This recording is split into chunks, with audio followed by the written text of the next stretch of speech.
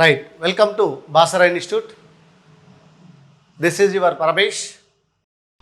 ఈరోజు మనము అసలు HGT as well as TET 1 syllabus ఏముంటుంది, అసలు ఏ అంశాల గురించి మరి ఎక్కువగా ఎగ్జామినర్ ఫోకస్ చేస్తున్నాడు, అసలు క్వశ్చన్స్ ఎలా వస్తవి, క్వశ్చన్ సరళి ఎలా ఉంటుంది, గతంలో క్వశ్చన్స్ ఎలా వచ్చినవి, ప్రస్తుతం క్వశ్చన్స్ ఏ విధంగా రాబోతున్నవి, 2012 కంటే ముందు క్వశ్చన్ ప్యాటర్న్ ఎలా ఉంది, 2012 తర్వాత క్వశ్చన్ ప్యాటర్న్ ఏ విధంగా మారిపోయింది, అసలు మనకు జాగ్రఫీ నుండి ఎన్ని క్వశ్చన్స్ వచ్చే అవకాశం ఉంది, మరి అసలు జాగ్రఫీ ఏ పుస్తకాలు చదవాలి అంటే తెలుగు అకాడమీ పుస్తకాలు చదవాలి. ఒక తెలుగు అకాడమీ చదివిందంటే అవి మరి ఓల్డ్ టెక్స్ట్ బుక్కా, న్యూ టెక్స్ట్ బుక్కా, ఇలాంటి అనేక మనకు సందేహాలు ఉన్నాయండి. రైట్, ఇప్పుడు మరి అవన్నిటి గురించి కూడా డిస్కస్ చేద్దాం. గతంలో ఎన్ని క్వశ్చన్స్ వచ్చినాయి, ఏ రకంగా క్వశ్చన్స్ వచ్చినాయి, క్వశ్చన్ సర్లు ఎలా ఉంటుంది, రైట్, ఇలాంటి అంశాలన్నింటి డిస్కస్ చేస్తూ మనం ఏ టాపిక్ డిస్కస్ చేయాలి, 5th నుంచి అంటే 6th క్లాస్ నుంచి మరి 10th స్టాండర్డ్ వరకు మనకి ఏ క్వశ్చన్స్ ఉన్నవి, ఆ క్వశ్చన్స్ అడిగే విధానం ఎలా ఉంటుంది, ఇలాంటి అంశాలన్నింటినీ మనం ఒకసారి చూద్దాం. రైట్, అసలు ఉన్న సిలబస్ ఏంటి, మనం ఒక్కొక్క అంశం గురించి ఎనాలిసిస్ చేయడానికి ప్రయత్నం చేద్దాం. అందులో డిస్కస్ చేస్తూనే overall view. First of all, ఒక కాంపిటేటివ్ ఎగ్జామ్కు ఎవరైనా ప్రిపేర్ అయ్యేటువంటి ఎగ్జామ్ అంటే కాంపిటేటివ్ ఎగ్జామ్స్కి ప్రిపేర్ అయ్యే అభ్యర్థికి ప్రధానంగా ఉండవలసిన మొదటి అంశం ఏంటంటే సిలబస్ పట్ల అవగాహన ఉండాలి.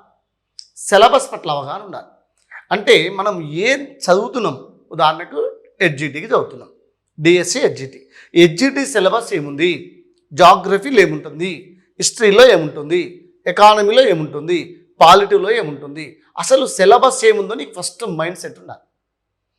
అందుకనే మనకు ఇంతకుముందు తెలంగాణలో ఒక బాగా న్యూస్లో బాగా న్యూస్ ఛానల్లో బాగా హైలైట్ అయినటువంటి విషయం ఇది. సిలబస్ పట్టు అంటే సిలబస్ పై పట్టు జాబు కొట్టు, సిలబస్ పట్టు అవగాహన రావాలి. ఏంటిది సిలబస్ పైన అవగాహన? అలా నుంచి ఏమైనా మార్కులు వస్తాయి సార్? సిలబస్ నుంచే వచ్చే అసలు నీకు సిలబస్ ఏముందనేది తెలిస్తే నువ్వు చదివేటప్పుడు అది విత్ ఇన్ ద సిలబసా వితౌట్ ద సిలబసా అనేది నీకు ఒక ఐడియా వస్తుంది. విత్ ఇన్ ద సిలబసా వితౌట్ సిలబసా? రైట్, చదివేటప్పుడు విత్ ఇన్ ద సిలబస్నే చదవాలి. మనం ఏ అంశాన్ని, ఉదాహరణకు ఒక పేపర్ చదువుతున్నాం, ఆ పేపర్లో ఇక్కడ ఈ అంశాలు మనకు ఉపయోగపడతాయా లేదా, అది మనకి ఏ సబ్జెక్ట్ లింక్ ఉంది అంటే మనకు సిలబస్ మీద అవగాహన. అంటే ఒక బిట్ చదువుతున్నాం, ఇది జాగ్రఫీలో వచ్చే అవకాశం ఉందా, లేదా పాలిటీలో వస్తుందా, లేదా హిస్టరీలో వస్తుందా, లేదా ఎకానమీ బేస్డ్ క్వశ్చన్సా, లేదా కరెంట్ అఫైర్స్ యాంగిల్లో ఉంటుందా, ఇంటర్నేషనల్ ఇష్యూస్లో ఉందా, మరి ఎక్కడ ఉన్నది అంటే నీకు ఒక చదివే అంశం అనేది ఏ టాపిక్ కింద వస్తుందో అనేది నీకు ఒక ఐడియా వచ్చేస్తుంది సిలబస్ మీద అవగాహన ఉన్నప్పుడు. ఇక అదే మనకు ఆఫ్లైన్ క్లాసెస్ అయితే రెండో అంశం ఏంటంటే రెగ్యులారిటీ ఉండాలి. ఆ రెగ్యులారిటీ కూడా ఎలా? పంక్చువాలిటీ, టైంకి ఉండాలి. అంటే రోజు అంటే విజయానికి అంటే సింపుల్గా ఏంటంటే హాజరు పైన శ్రద్ధ పెట్టాలి, ఆ తర్వాత సిలబస్ మీద అవగాహన పెట్టాలి. ఇవి రెండు ప్రధానంగా. ఇక్కడ మరి ఆన్లైన్లో హాజరు పైన అంటే రెగ్యులర్గా వినాలి, కంటిన్యూషన్ ఉండాలి. ఒక క్లాస్ తర్వాత గ్యాప్ తీసుకోవద్దు, కంటిన్యూషన్ ఉండాలి. రైట్, ఈ విషయానికి వెళ్దాం. అంటే సింపుల్గా ఏంది, ఫస్ట్ మీకు సిలబస్ మీద అవగాహన ఉండాలి, రెండోది రెగ్యులర్ ఉండాలి, పంక్చువాలిటీ అనేది ఉండాలి. ఇవి రెండు ఉండాలి. చూడండి, మనమంతా టీచర్స్, కాబోయే టీచర్స్, ప్రతిదీ కూడా మనకు చాలా సీరియస్గా తీసుకోవాలి. ఎందుకంటే మనమంతా ఒక ఐడియల్, రేపు సమాజ నిర్మాతలం మనం. ఎందుకంటే అందులో హెచ్జిటి ప్రిపేర్ అయ్యేటువంటి అభ్యర్థులు ఎవరైతే ఉన్నారో చాలా ఒక ఐడియల్ స్వభావం ఉండాలి. ఎందుకంటే మనం చెప్పేది ప్రైమరీ స్కూల్ టీచర్స్, ప్రైమరీ స్కూల్లో చెప్తాం. అంటే ప్రాథమిక విద్య బోధించేటప్పుడు పిల్లగాడు మనల్ని చూసి వాడు తయారవుతాడు. మన యొక్క డ్రెస్ సెన్స్ కానివ్వండి, మన విధానం కానివ్వండి, మన యొక్క ప్రతిదీ అంటే ఎవ్రీథింగ్ మనల్ని అబ్జర్వేషన్ చేస్తారు వాడు. రైట్, కాబట్టి ఇక్కడ విషయం ఏంటంటే మనల్ని బేస్ చేసుకొని ఉంటుంది. కాబట్టి నువ్వు ఎలాంటి నాలెడ్జ్ని, ఎలాంటి యాటిట్యూడ్ని కలిగి ఉంటావో నీ విద్యార్థి కూడా అలాగే తయారవుతాడు. కాబట్టి ఇక్కడ మనం ఏం చేయాలి అంటే ఫస్ట్ ఆఫ్ ఆల్ అసలు ఏముంది, ఏ విధంగా ఉంది సిలబస్, దానికి ఏ విధంగా అప్లైడ్ చేయాలి, ఏ సిలబస్ ఎక్కడి నుంచి వస్తుంది, టోటల్గా ఒక వ్యూ అనేది ఉండాలి. ఇంతకుముందు ఉన్నటువంటి పాత పుస్తకాలకు కొత్త పుస్తకాలకు తేడా ఉంది. పాత పుస్తకాలు తీసుకున్నట్లయితే గతంలో మనకు లాస్ట్ టీఆర్టీ తెలంగాణ డిఎస్సి ఏదైతే ఉందో దాంట్లో మనకు సిలబస్ చెప్పేటప్పుడు ఏం చేసిండు, మనకు స్కూల్ బుక్స్ సిలబస్ ఇస్తూనే వాడిని వాళ్ళు ఏమన్నాడు, ఓల్డ్ టెక్స్ట్ బుక్ ఇన్ఫర్మేషన్ కూడా ఇచ్చిండు. అంటే సిలబస్లో ఓల్డ్ టెక్స్ట్ బుక్ ఇన్ఫర్మేషన్ పెట్టిండు, న్యూ టెక్స్ట్ బుక్ ఇన్ఫర్మేషన్ పెట్టిండు. కానీ ఎగ్జామ్కి వచ్చిన తర్వాత న్యూ టెక్స్ట్ బుక్ నుంచి మాత్రమే సమాచారాన్ని ఇచ్చాడు. మనకు ఓల్డ్ టెక్స్ట్ బుక్ నుంచి చాలా తక్కువ 1, 2 మాత్రమే వచ్చినాయి. అంటే విషయం ఏంటి ఇక్కడ మనల్ని మరి ఎందుకు sir old text book information కూడా ఇచ్చిన్నాడు? చాలామంది అభ్యర్థులు మన జరిగిన మిస్టేక్ ఏంటంటే ఓల్డ్ చదవాలన్నా కొత్త న్యూ చదవాలన్నా ఓల్డ్ ఆర్ న్యూ అనే సందిగ్ధంలో చాలా సమయం వృధా అయిపోయింది. అట్ ద సేమ్ టైం కొంతమంది ఓల్డ్ టెక్స్ట్ బుక్ని ఎక్కువ ప్రిఫర్ చేశారు. ఎందుకంటే ఈ ఓల్డ్ టెక్స్ట్ బుక్లో మనకు జ్ఞానాత్మక రంగానికి సంబంధించిన క్వశ్చన్స్ ఎక్కువ ఉంటాయి, ఇన్ఫర్మేషన్ ఎక్కువ ఉంటుంది, మనకు డాటా బాగా లభిస్తుంది, ఇన్ఫర్మేషన్ ఎక్కువ ఉంటుంది, విషయం అనేది ఎక్కువ ఉంటుంది, అక్కడ విషయ పరిజ్ఞానం ఎక్కువ ఉంటుంది. కానీ కొత్త టెక్స్ట్ బుక్లలో మనకు జ్ఞానాత్మక రంగానికి సంబంధించిన క్వశ్చన్స్ చాలా తక్కువ ఉంటాయి. కానీ మనకు జ్ఞానాత్మక రంగం తర్వాత ఏముంటుంది? అవగాహన. జ్ఞానాత్మక రంగం తర్వాత భావావేశ రంగం, మానసిక చలనాత్మక రంగం. అంటే ఇప్పుడు విషయం ఏంది? ఇప్పుడు ఉన్నటువంటి న్యూ టెక్స్ట్ బుక్ ఓన్లీ జ్ఞానాత్మక రంగమే కాదు, భావావేశ రంగము, మానసిక చలనాత్మక రంగం కూడా టెస్ట్ చేస్తాడు. సార్ అవి టెస్ట్ చేయడానికి రాదు కదా సార్ ఎగ్జామ్లో, మనల్ని ఎట్లా టెస్ట్ చేస్తాడు? భావావేశ రంగాన్ని, మానసిక చలనాత్మక రంగాన్ని ఎట్లా టెస్ట్ చేస్తారు సార్?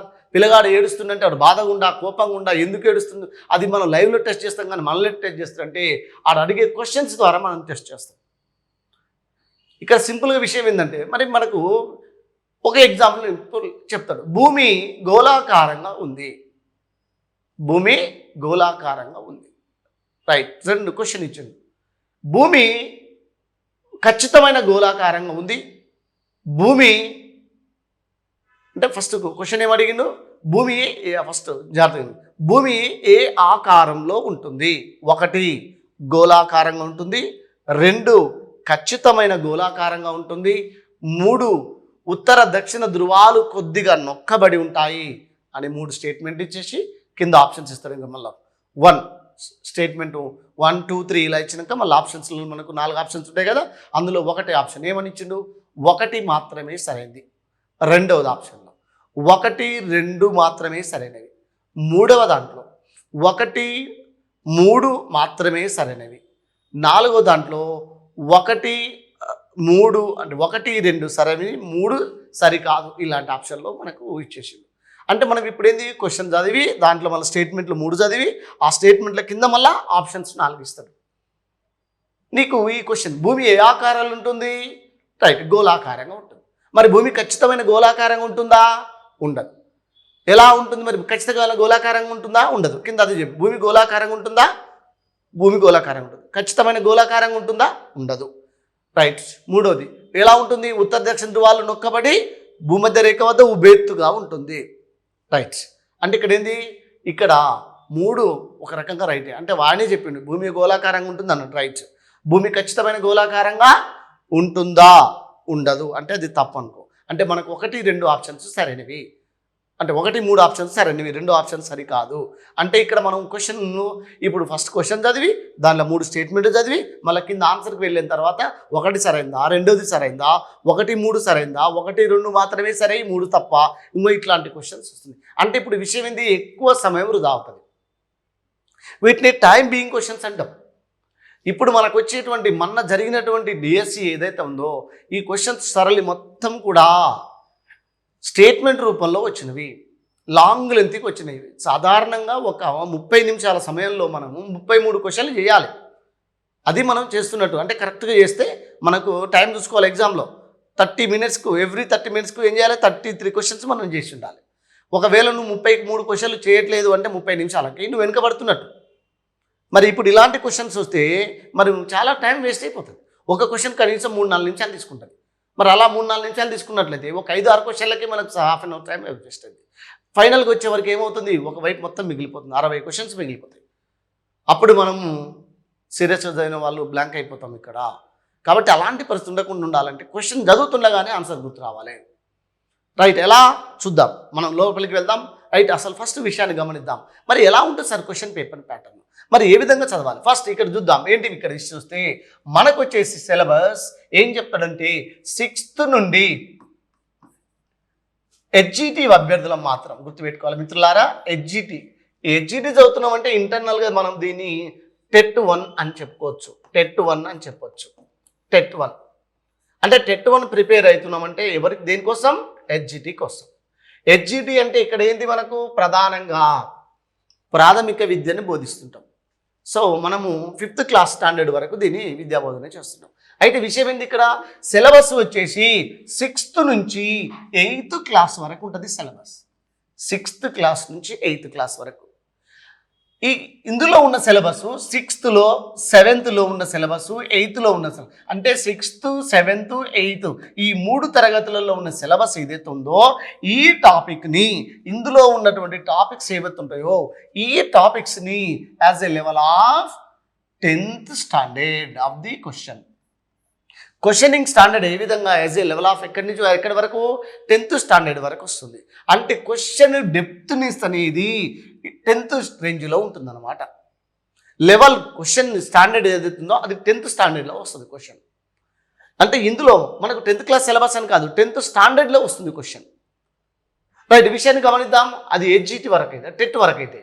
హెచ్జిటికి అయిందనుకోండి అప్పుడు అతనండి టెట్ 1 ఏదైతే ఉందో అభ్యర్థులకు మనకు 6th, 7th, 8th అవసరం అనుకుంటే నీకు బేసిక్ నుంచి కూడా రావాలి, 4th క్లాస్ నుంచి కూడా రావాలి, అవసరం అనుకుంటే 3rd నుంచి కూడా రావాలి. భూమి గ్లోబు, భూమి నమూనా అనే భావన మనకు ఈ దిక్కులు అనే భావన ఇక్కడ నుంచి స్టార్ట్ అవుతుంది, 3rd క్లాస్ నుంచి స్టార్ట్ అవుతుంది. కానీ మనకు ఓవరాల్గా తీసుకున్నట్టయితే 6th నుంచి 8th వరకు సిలబస్ ఇది వచ్చేసి టెట్ 1 వాళ్ళకి, పేపర్ 1 వాళ్ళకి. ఈ టెట్ 1 ప్రిపేర్ అయిన తర్వాత మనం డిఎస్సికి వెళ్ళినట్లయితే హెచ్జిటి రాసినట్లయితే అప్పుడు మనము ఇక్కడ వరకు 6th నుండి 10th వరకు చదవాలి, 10th సిలబస్ వరకు చదవాలి. 6th నుంచి 10th సిలబస్ వరకు చదవాల్సిన అవసరం ఉంటుంది. రైట్, ఇక విషయానికి పోయినట్లయితే ఏముంటుందో కూడా టాపిక్స్ చూద్దాం.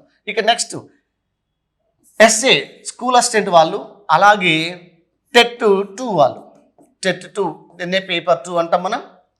రైట్, ఈ పేపర్ 2 అభ్యర్థులు మనం ఎవరైతే ఉన్నారో స్కూల్ అసిస్టెంట్ సోషల్ వాళ్ళు ఎవరైతే ఉన్నారో వీళ్ళు వచ్చేసి 6th నుంచి 10th స్టాండర్డ్ వరకు వాడు సిలబస్ మెన్షన్ చేస్తాడు. 6th నుంచి 10th స్టాండర్డ్ వరకు సిలబస్. కానీ క్వశ్చన్ రేంజ్ ఎక్కడి వరకు వస్తుంది ఈ టాపిక్ అంటే 6th నుంచి 10th వరకు ఉన్నటువంటి సిలబస్లో క్వశ్చన్ ఎక్కడి వరకు ఏ standard as a level of difficulties of the question level intermediate వరకు వస్తుంది. అంటే ఇంటర్ రేంజ్లో వస్తుంది క్వశ్చన్. సార్ ఎలా వస్తుంది క్వశ్చన్? మళ్ళీ ఇందులో టాపిక్ని ఇంటర్మీడియట్ రేంజ్లో ఎట్లా అడుగుతుంది క్వశ్చన్ అంటే టాపిక్ ఇక్కడే ఉంటుంది కానీ దాని క్వశ్చన్ డెప్త్నెస్ ఇంటర్ స్థాయిలో ఉంటుంది. ఎలా ఉంటుందంటే ఒకసారి ఒక చిన్న విషయాన్ని గమనిద్దాం. ఎలా ఉంటుంది అంటే ఒకసారి చూడండి ఇక్కడ. రైట్, ఉదాహరణకు ఒకసారి చూడండి క్వశ్చన్స్ ఎలా ఉంటుందంటే చూపిస్తాను నేను, ఇంకా డెప్త్కి వెళ్దాం. ఫస్ట్ ఆఫ్ ఆల్ మీకు ఒక ఐడియా వచ్చింది. ఇక్కడ మనం గమనించాల్సింది ఏంటంటే 2012 కంటే ముందు, so 2012 in before question pattern ఎలా ఉండేదంటే 2012 before competitive exam question paper ఎలా ఉండేదంటే మనం బీలో క్వశ్చన్ పేపర్ తయారు చేసి ఎగ్జామ్ పెడతాం, మ్యాక్రో టీచింగ్ చేస్తూ ఉంటాం. రైట్, అయితే ఏ క్వశ్చన్స్ ఎంత శాతం ఉండాలి, ఓకే, జ్ఞానాత్మక రంగాన్ని ఎంత శాతం ఉండాలి, అవగాహన, వినియోగము, విశ్లేషణ, సంశ్లేషణ, ఇలా అన్ని సామర్థ్యాలను టెస్ట్ చేస్తాం మనం. ఇక్కడ కూడా మనకు డిఎస్సి అభ్యర్థుల మనమందరినీ ఒక ఎగ్జామినరు మనలో ఉన్న అన్ని సామర్థ్యాలను టెస్ట్ చేస్తాడు. అందుకని నేనేమంటా అంటే అసలు డిఎస్సి ఎగ్జామ్ అంటే డిఎస్సి అనే కాదు, ఎనీ కాంపిటేటివ్ ఎగ్జామ్, ఏ పోటీ పరీక్ష అయినా ఏంటిది ఎగ్జామ్ అంటే ఇది క్వశ్చన్ పేపర్ కాదు, అంటే క్వశ్చన్లు కాదు, ఇక్కడ సెట్ ఆఫ్ మైండ్. అంటే ఒక్కొక్క క్వశ్చన్లో ఒక్కో రకమైన యాటిట్యూడ్ దాగి ఉంటుంది. నువ్వు డేటాబేస్డ్ క్వశ్చన్ చేస్తున్నావు అంటే నీకు గుర్తుంచుకునేటువంటి నాలెడ్జ్ ఎక్కువ ఉన్నట్టు, జ్ఞానం అంటే దాన్ని నైపుణ్యం. లేదా ఒక పటాన్ని నువ్వు గుర్తిస్తున్నావు అంటే అక్కడ నీకు నైపుణ్యం దాగి ఉన్నట్టు. లేదా ఒక పటాన్ని తొందరగా ఇస్తున్నావు అంటే నైపుణ్యం దాగున్నట్టు. అప్లై చేయగలుగుతున్నావు, అవగాహన చేసుకోగలుగుతున్నావు, ఎక్కడో చదివిందాన్ని ఇంకో కాడ వినియోగిస్తున్నావు, ఇంకో దాన్ని విశ్లేషణ చేయగలుగుతున్నావు. అంటే విషయం ఏంటంటే మనకు జ్ఞానము, అవగాహన, వినియోగము, విశ్లేషణ, సంశ్లేషణ, ఇలా మనకు అన్ని సామర్థ్యాలను టెస్ట్ చేస్తాడు. అంటే సింపుల్గా ఒక్కొక్క క్వశ్చన్లో ఒక్కో రకమైనటువంటి యాటిట్యూడ్స్ ఉంటాయి. రైట్, ఇక్కడ ఏంటి సార్ 2012కు ముందు క్వశ్చన్స్ ఎలా ఉండేదంటే 70% క్వశ్చన్స్ అన్నీ కూడా డైరెక్ట్ క్వశ్చన్స్ ఉండేదండి. డైరెక్ట్ క్వశ్చన్లు అంటే భారతదేశంలో అతి పొడవైన నది ఏది? గంగా. భారతదేశంలో అతిపెద్ద ఎడారి, గొప్ప ఎడారి ఏది? తార్ ఎడారి. ఈ కింది వాళ్ళు గోదావరి నదికి ప్రధానమైన ఉపనది ఏది? ప్రధానమైన ఉపనది ఏది? ప్రాణహిత. ఇలా మనకు క్వశ్చన్లు డైరెక్ట్గా వచ్చేది. అంటే మనము క్వశ్చన్లు బట్టి కొట్టుకుని పోయినా ఉద్యోగం వచ్చింది. ఎందుకు సార్? 70% క్వశ్చన్లు డైరెక్ట్ క్వశ్చన్లే. ఇక మిగిలిందంతా రిమైనింగ్ 30%. ఈ 30% క్వశ్చన్స్లో మనకు మిగతాయి అంటే 14 రకాల సామర్థ్యాలను టెస్ట్ చేసేది. రైట్. అంటే ఇండైరెక్ట్ క్వశ్చన్స్ అనుకోవచ్చు. అంటే ఇండైరెక్ట్ క్వశ్చన్స్ కావచ్చు, అప్లికేషన్ క్వశ్చన్స్ కావచ్చు, కామన్ సెన్స్ క్వశ్చన్స్ కావచ్చు, కాన్సెప్ట్ క్వశ్చన్స్ కావచ్చు, ఓకేనండి, బిలో యావరేజ్ క్వశ్చన్స్ కావచ్చు, ఎబో యావరేజ్ క్వశ్చన్స్ కావచ్చు, ఎక్స్ట్రాడినరీ క్వశ్చన్స్ కావచ్చు, లాజికల్ థింకింగ్ క్వశ్చన్స్ కావచ్చు, మెమరీ బేస్డ్ క్వశ్చన్స్ కావచ్చు, మిస్గైడ్ చేసే క్వశ్చన్స్ కావచ్చు, లాంగ్ లెంత్ క్వశ్చన్స్ కావచ్చు. అంటే ఇలా చెప్పుకుంటూ పోతే ఒక్కొక్క క్వశ్చన్లో ఒక్కో రకమైన యాటిట్యూడ్ ఉంటుంది. ఇలా మనకు సుమారుగా ఈ 30% దాదాపుగా 14 రకాల క్వశ్చన్లు అడిగేది. 14 రకాల క్వశ్చన్లు. మరి 14 రకాల క్వశ్చన్లు అడిగినా, ఎన్ని రకాల క్వశ్చన్లు అడినా వీటి యొక్క పర్సెంటేజ్ ఎంత? 30%. మరి 70% క్వశ్చన్లు అన్నీ డైరెక్టే. మరి డైరెక్ట్ క్వశ్చన్లు చదువుకొని ఇంకొక 10% మాత్రం ఏమాత్రం బట్టి కొట్టుకొని జర్ర కొద్దిగా ఇంకో 10% చేసేకల్లా 80%కు రీచ్ అవుతాం. 80% రీచ్ అయిందంటే ఉద్యోగం వచ్చేది అప్పట్లో. మరి ఇప్పుడు వస్తుందా? ఎందుకు రాదు? ఇప్పుడు ఎందుకు రాదంటే క్వశ్చన్ మారిపోయింది. సరే ఏమైంది? 2012 తర్వాత నుంచి క్వశ్చన్ పేపర్ ప్యాటర్న్ చేంజ్ అయింది. ఎలా చేంజ్ అయింది? ఇప్పుడు 70% క్వశ్చన్స్ మొత్తం కూడా ఎలా ఉంటుంది అంటే ఇగో ఈ 14 రకాల క్వశ్చన్స్ ఉంటాయి. ఇండైరెక్ట్ క్వశ్చన్స్ ఉంటాయి, అప్లికేషన్ క్వశ్చన్స్ ఉంటాయి, కామన్ సెన్స్ క్వశ్చన్స్ ఉంటాయి, కాన్సెప్ట్ క్వశ్చన్స్ ఉంటాయి, బిలో యావరేజ్ క్వశ్చన్స్ ఉంటాయి, ఎబో యావరేజ్ క్వశ్చన్స్ ఉంటాయి, ఎక్స్ట్రాడినరీ క్వశ్చన్స్ ఉంటాయి, మిస్గైడ్ చేసే క్వశ్చన్స్ ఉంటాయి, లాజికల్ థింకింగ్ క్వశ్చన్స్ ఉంటాయి, కామన్ సెన్స్ క్వశ్చన్స్ ఉంటాయి, ఓకేనా, లాంగ్ లెంత్ క్వశ్చన్స్ ఉంటాయి, సెంటెన్స్ స్టేట్మెంట్ రూపంలో క్వశ్చన్స్ ఉంటాయి, మ్యాచింగ్ క్వశ్చన్స్ ఉంటాయి. ఓకే, అంటే ఇలా డిఫరెంట్ టైప్స్ ఆఫ్ క్వశ్చన్స్, అంటే దాదాపు nearly 14 types of question pattern ఉంటుంది. అంటే 70% క్వశ్చన్లు ఇవే ఉన్నాయి. అందుకని ఇప్పుడున్న పేపర్లలో ఇప్పుడు జరిగేటువంటి ఏ ఎగ్జామ్ పేపర్ అని తీసుకోండి, డైరెక్ట్ క్వశ్చన్లు లేవు. ఎన్ని ఉంటాయి డైరెక్ట్ క్వశ్చన్లు? కేవలం 30% మాత్రమే ఉంటాయి, 30%. అందుకని చూడండి, మనం ఇప్పుడు రాసే ఏ ఎగ్జామ్లో తీసుకున్నా నీకు పేపర్ మొత్తంలో తీసుకుంటే 3-4 క్వశ్చన్లు మాత్రమే నీకు డైరెక్ట్గా తగులుతాయి. చాలా సింపుల్గా ఉంటాయి. ఎందుకంటే డైరెక్ట్గా పోయి రాసిన వాళ్ళని కూడా సాటిస్ఫై చేయాలి ఎగ్జామ్నర్. మనం అందరం ఇప్పుడు పోయి రాసినా కానీ 60% నాలెడ్జ్ అందరికీ ఉంటుంది. 60% మార్కులు వస్తాయి నువ్వు ఏ కాంపిటేటివ్ ఎగ్జామ్ రాసిన. ఎందుకంటే అందరికి మ్యాక్సిమం 60% యావరేజ్ నాలెడ్జ్ అందరికీ ఉంటుంది. ఎందుకంటే మనం పాస్ అవుతూ కూడా 60%, 50%, 45%తోనే పాస్ అవుతూ వస్తున్నాం. కాబట్టి అంటే మనం degree 10th inter degree level మనం ఎట్లా పాస్ అవుతున్నామో అదే స్టైల్లో నీకు ఎంత నాలెడ్జ్ తోటి వచ్చినావో నువ్వు ఏ ఎగ్జామ్ రాసినా అదే స్టైల్లో వస్తుంది. నువ్వు 10thలో 60%, ఇంటర్మీడియట్లో 60, నువ్వు డిగ్రీ 60 బేస్లో వచ్చినావు అనుకో, నువ్వు డైరెక్ట్ డిఎస్ రాసినా 60% వస్తుంది. మరి 60%కి ఉద్యోగం రాదు. దాన్ని ఏం చేయాలి? నువ్వు 85%, 90% తీసుకోవాలంటే నీ సామర్థ్యాలు పెంచుకోవాలి. మరి సామర్థ్యాలు పెంచుకోవాలంటే ఏముందో చూడాలి. అసలు మనకి ఏం ఆయుధాలు ఉన్నాయి, ఉన్నటువంటి వనరులు ఏమున్నాయి, ఏం చదవాలి, ఏం చదవకూడదు. కాంపిటేటివ్ ఎగ్జామ్ చదివేటప్పుడు మనం పక్కతో పడుతుంటాం, అసలు వదిలిపెట్టి కొసరికి వెళ్తుంటాం. సిలబస్ మీద అవగాహన ఉండాలి ఫస్ట్. అందుకే నేను చెప్పేది. ఎందుకంటే నువ్వు చదివేటప్పుడు సిలబస్ కాదా, విత్ ఇన్ ద సిలబసా, వితౌట్ సిలబసా, ఫస్ట్ ఫోకస్ చేయాలి. తర్వాత ఏం చేయాలి? టెక్స్ట్ బుక్ను వదిలిపెట్టద్దు. డిఎస్ అభ్యర్థులమైన మనందరికీ కూడా భగవద్గీత అయినా, ఖురాన్ అయినా, బైబుల్ అయినా, జెండావెస్తనైనా, ఆది గ్రంథాన్ని ఏ గ్రంథాన్ని కానివ్వండి అన్నీ మనకి ఏంటంటే టెక్స్ట్ బుక్కే. Telugu academy books, Telugu academy book నుండి మనం ఎట్టి పరిస్థితులు కూడా బయటికి పోద్దు. అందులో ఏది ఉంటే అదే చదవాలి. దానిని ఏ విధంగా చదవాలి? ఇగో ఈ విధంగా చదవాలి, అప్లైడ్ చేసుకోవాలి. కాన్సెప్ట్ క్వశ్చన్స్ ఎలా ఉంటాయి, కామన్ సెన్స్ క్వశ్చన్స్ ఉంటాయి ఎలా ఉంటాయి, బిలో యావరేజ్ క్వశ్చన్స్ ఎలా ఉంటాయి, ఎబో యావరేజ్ క్వశ్చన్స్ ఎలా ఉంటాయి.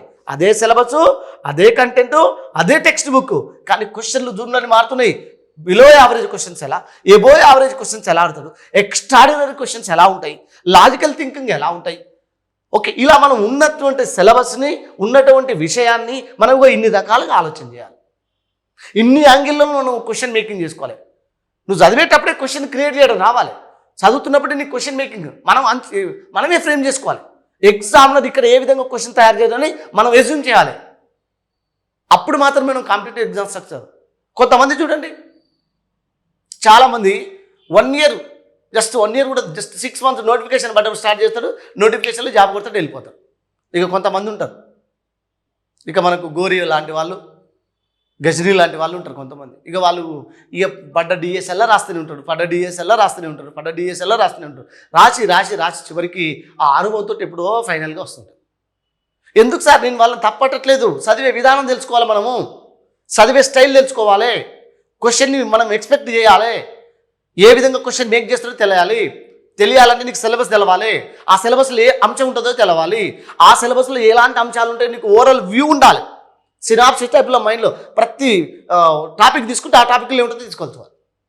ఉదాహరణకు మనం 10th క్లాస్ స్టాండర్డ్ ఉంది, ఫస్ట్ టాపిక్ ఉంది భారతదేశ భూస్వరూపాలు, ఇండియా రిలీఫ్స్ అని ఉంది.